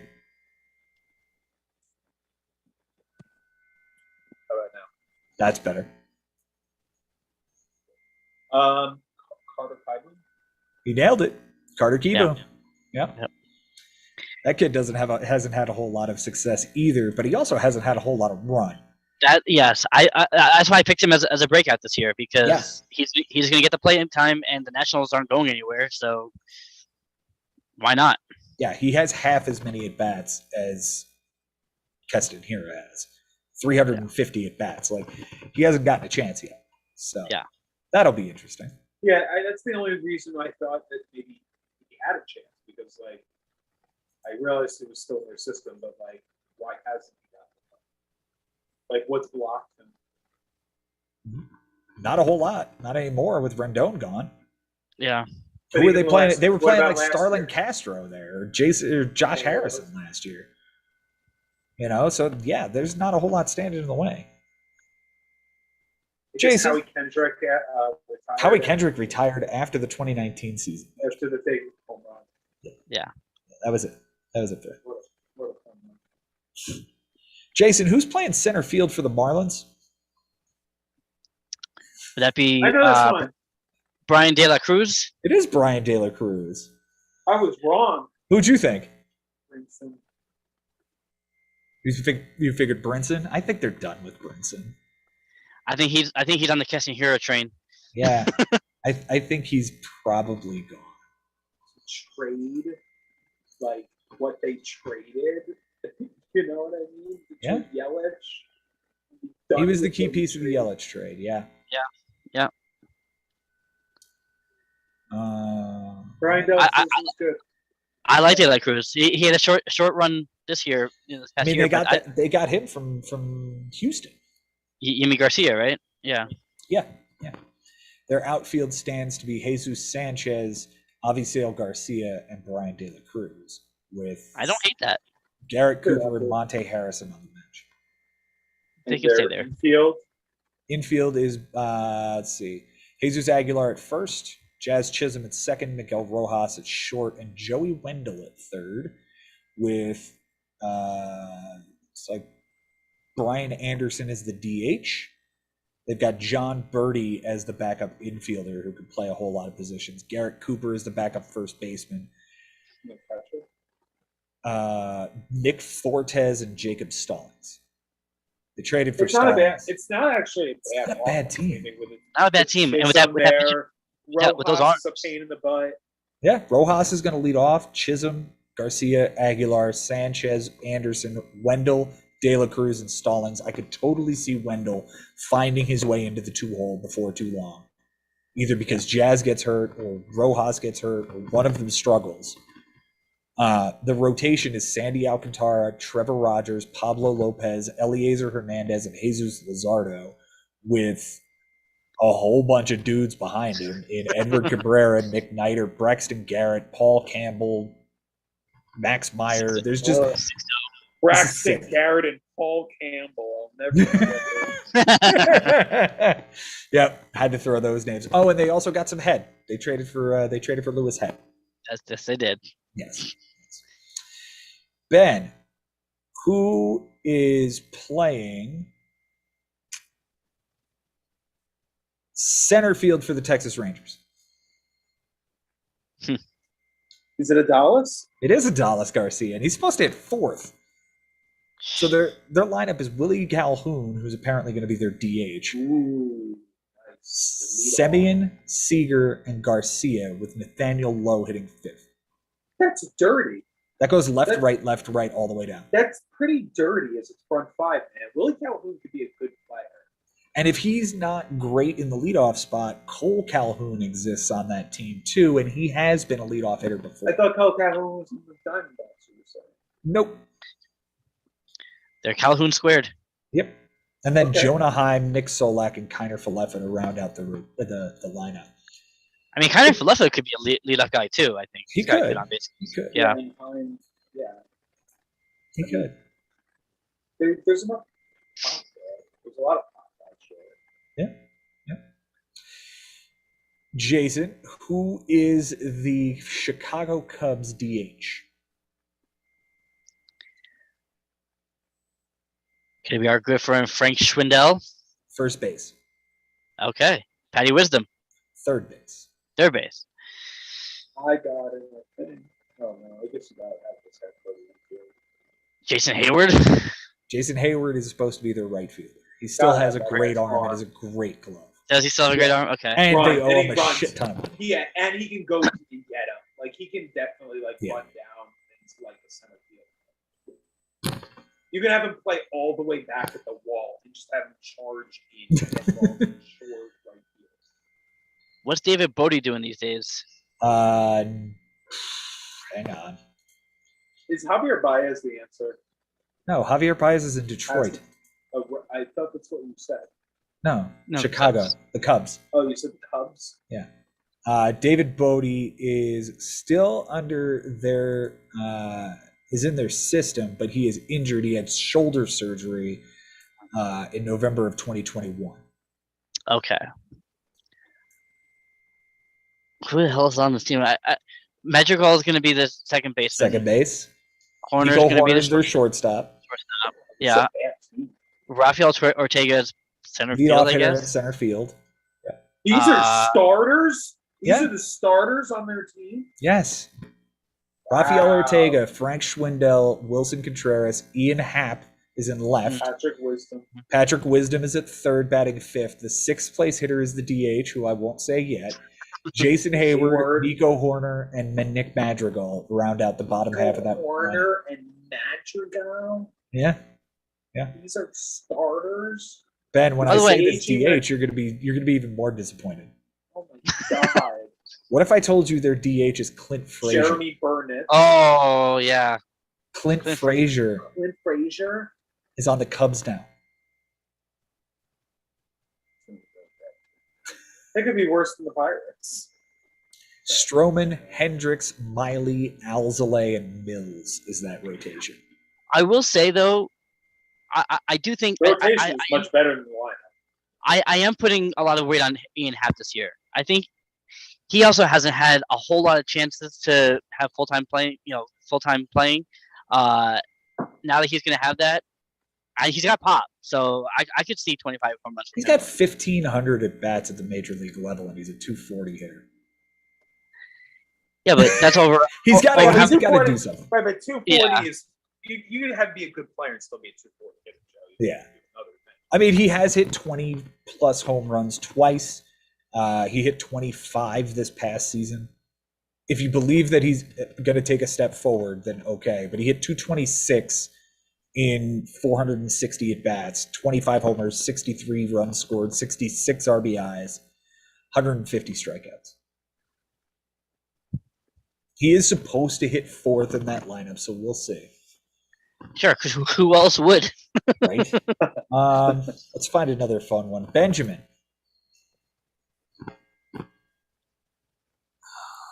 Who's the third baseman of the Orioles?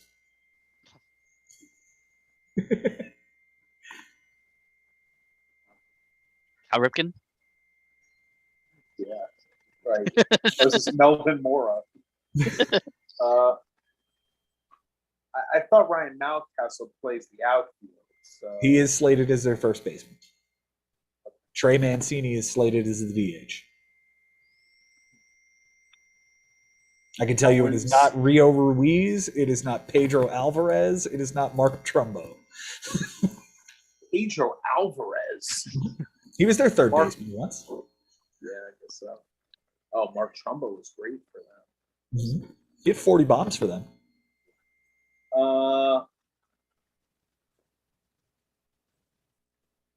I have no idea. Kelvin Gutierrez. I'm going to talk about a very bad team. Cedric Mullins, Ryan Mountcastle, Anthony Santander, Trey Mancini is the top Now 4. wait a minute. That's a good first. It's not a four. bad first 4. No, it's not Also- not a bad. It's a good first four. I wouldn't Right say now, good. on I don't paper, know. I you don't wanna know call that it good? Santander is very. I don't know what Santander is. I still don't know what he is. Really, I believe. Yeah. I don't know what this dude is. Give him more time. Give him more at bats. I'm telling you. I mean, he has How many got at bats? 1,070. He's a 248 hitter. He hit 20 home runs in 2019. That's nice. He hit 18. And how last many year. at bats in 2019? 380. He hit 20 homers. And last year he hit 18 home runs and 406. Like, is he a 20 homer guy? Apparently. Like, He can do more than that. I think he's going to be really I think he could be, but I have to And say and where's he batting in the order? third. fourth. Third. Mancini fourth. Austin Hayes is their left fielder. He's batting Mountcastle fifth. needs to somewhat repeat. He doesn't even Yes. need to do that. Ramon Urias is their shortstop. He's batting What's sixth. that name? Rugned Odor is their second baseman. He will bat seventh. Kelvin Gutierrez, the third baseman, batting eighth. And Jacob Nottingham is their catcher, batting ninth. That's my guy. Although when Adley comes up, like, that's going to be Yeah. a thing. Man, catcher's as thin as it's ever been. Huh? Yeah. Jason, who's the center Sal fielder for Perez. Detroit? Is it not Akil Badu? It is not. He's a left fielder. So, well, I know eventually it's gonna be Riley Green. Right. So right Um, now it's Ben's best friend, Victor Reyes. Victor Reyes. Okay. I was gonna go Daz Cameron, but okay. Where is that dude? Oh yeah, he Yeah. is a pretty good prospect for them, but he doesn't. Riley Green is the guy that's coming. Yeah, Him and Spencer Torkelson. Did you say Daz? What's his name? I did say Daz Daz Cameron. Cameron. Yeah, he's Mike Cameron's Mike's kid. son. Uh, Mike. Benjamin, who's the shortstop of the Oakland Athletics?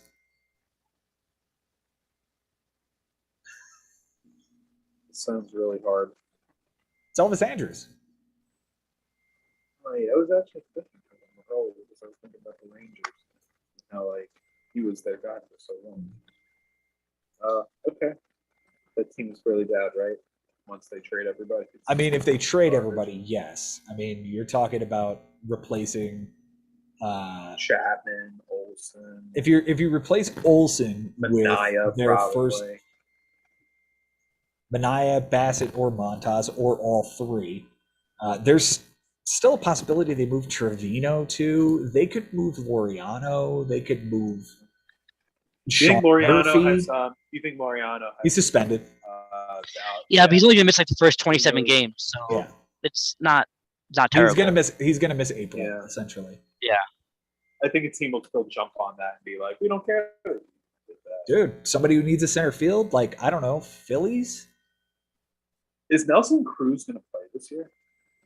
Let's see why Now- not. now- He just got 15 more opportunities. Yeah, now he should for sure. Yeah, somebody's gonna pay him nicely. Wow, if he wants to play, I mean, it's just crazy. What did he do last year? He wasn't great, mainly Was he because bad? I wouldn't say bad, but you got to remember the Twins were bad, and then he got traded to Tampa, and he wasn't good there because it's hard to hit in Tampa. Apparently, It's a hitter's park. not really. It's like Their backdrop isn't very good. The outfield, I No. mean, the outfield is short enough, but like you play in that division, you want to play everywhere else but there first. It's weird. It's just like, like, just- Last year, between two teams, he played 140 games. He hit 265, 32 home runs, 79 RBIs, 51 walks, 79 runs scored, 86 RBIs, I'm sorry, 21 doubles. He's serviceable. Yeah. 32 dingers. Yeah, 32 dingers and 86 RBIs. For a 42-year-old man? Is that what he will be now? He's 41 currently. He turns 42 in July. Who did we say is DHing for the Phillies right now? Resource to the Phillies. Matt Vierling. Yeah. Okay. Whatever So that guy is. I mean, I can see the Phillies being a player for him. Yeah, I can see that. I can see that Dude, too. who do you think gets Chris Bryant, Jason? I would love to see him go to the Mariners. I think he fits there. I think he could go back to San Francisco. Yeah. I see that being a play too. You know, especially since he can move around. The Giants like to move people around. So I can see that. Apparently he's off the Mets radar, supposedly. Really? So I How guess old is he? 26 or something. Really? That young? No. No, maybe he's He's got to I be don't 28. know about that. I would've- He's 30. That's He's 30. Maybe is he 30? Okay. He turned 30 old. in That's January. crazy. And he's actually older than some of these guys that we were talking about before. Well, that was the big thing about him having that extra year under Cubs control and the manipulation. They got that extra year out of him for this season, for this past season. Right. They got their ring at the end of the day. Yeah, and he was Yeah, a big man. part of that. He was a the- huge part of that. He was the Yeah. MVP of the league that year. Yep. And he fielded the final out. Yes, he did. Yeah. Yes, he did. George Springer or Randy Arozarena, Jason? George Springer. Yeah, makes sense. Springer's going 8 picks later in Yahoo drafts right now. Really. Yeah. Everybody just gushes over Rosarena. I don't know what it is, but I'm not a big believer in him. I think that I get it though, because like Lau and Wander Franco, there's so much hype around those two guys that like Rosarena could be good because those two guys are there. Rosarena is supposed to hit 4th in that lineup with Lau, Franco, and Meadows in front of him. Meadows had 100 RBIs last year, like very did. quietly. Yeah. Meadows is a really nice piece, and now he's going to DH apparently because he's not a great defender. No, and you get to like rest his legs a little bit more. It's Yeah. the right idea. And you still have the outfield, which is really good of Rosarena, Margot, and Kiermaier. If they trade Kiermaier, Defensively. so be it. Yeah. Margot will bat 7th. They've got Kiermaier batting 9th with Zunino in front of him. 9.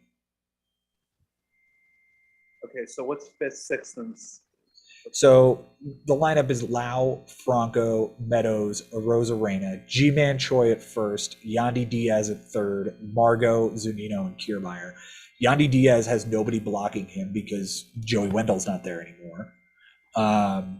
Your bench is Taylor Why Walls did they move Joey Wendell?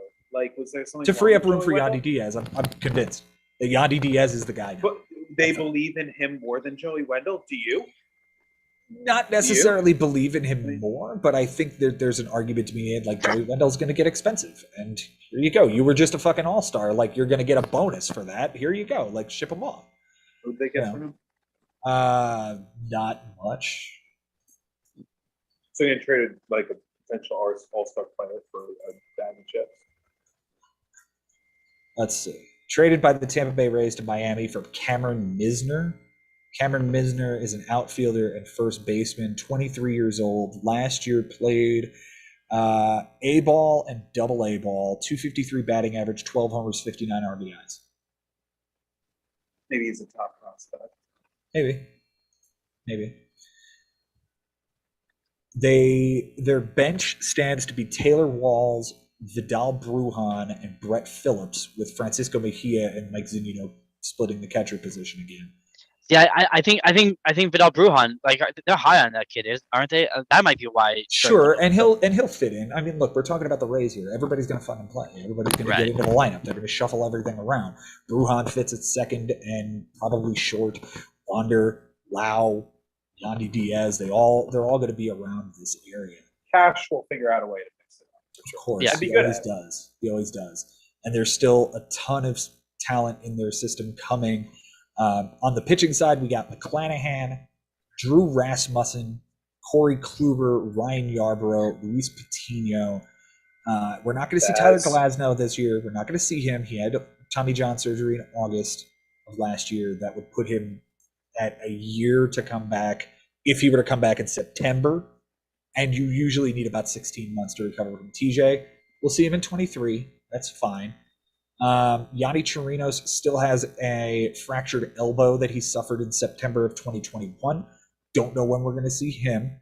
Brendan McKay had thoracic outlet surgery. Forget that. That is a death sentence to any pitcher who ever has it. Just ask Matt Harvey and Jaime Garcia. Nick Anderson had UCL surgery in October of 2021. Probably not going to see him for a while. And then their farm system has Shane Baz, who's probably going to be in the rotation, and not that much else after that. It's a lot of names, but that's what the Rays do. Yeah. It's easier to look at the relief pitchers and see names you recognize. Colin Poche, Jalen Beeks, Jeffrey Springs, Chris Meza. Guys that were streamed throughout the season. I like Yandy Diaz as like a late round kind of dude. Yeah, you seem to like that guy. I don't know. He could be sneaky. Yeah, I've seen him go on good runs on that team. Like I saw him go on good runs on the Indians. He had 69 walks and 465 at bats and only Really 85 strikeouts. Really good. Really good. Yeah. Okay. He had a 350 on base percentage despite a 256 batting average.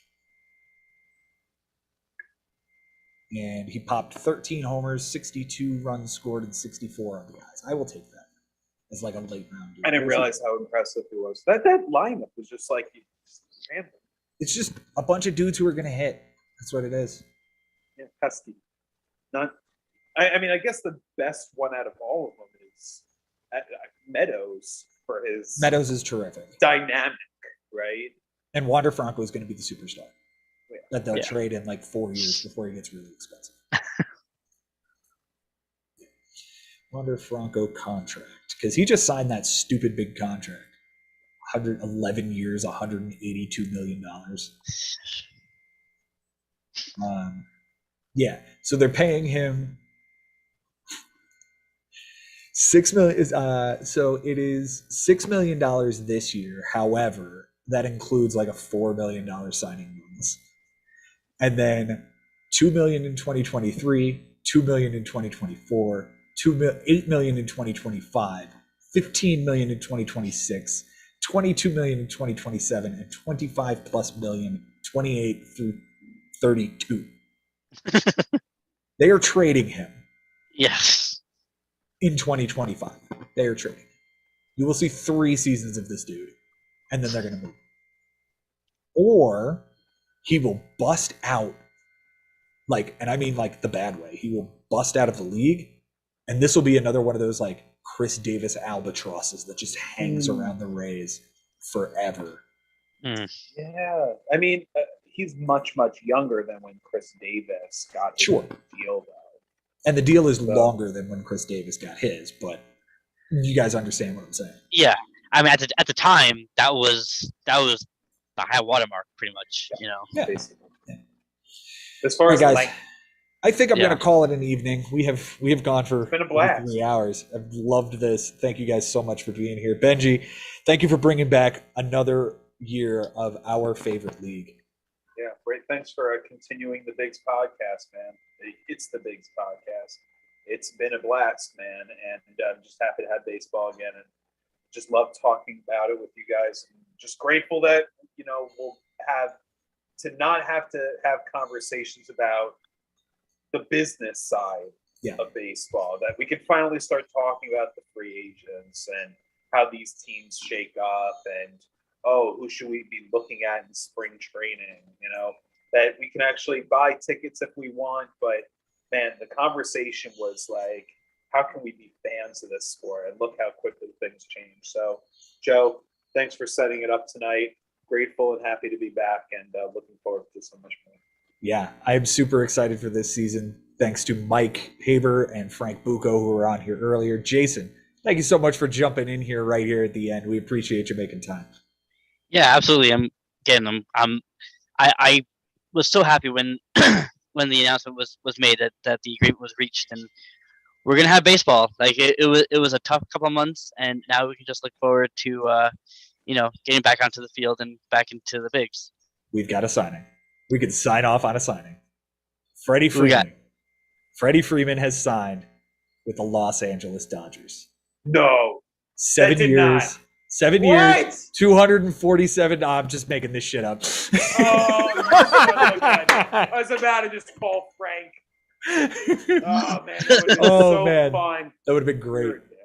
I know. You're a dick. Guys, thank you so much for being here with us and watching along with our live. Go ahead and click that subscribe button, ring that bell so that you guys know when we go live, when we upload new stuff. We'll have more recorded stuff coming up, but the last 2 weeks have really been interesting for us, and we wanted to be here when it broke.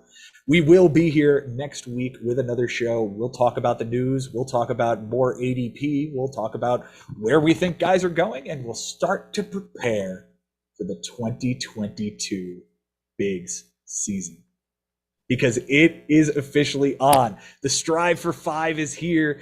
Ben's going to try to defend his title. Jason's going to try to win his first. And 12 to 13 more of you guys are all hoping for the same thing. Welcome back. It's the Bigs. It's been real. It's been fun. And it's always real fun in the Bigs. Welcome back.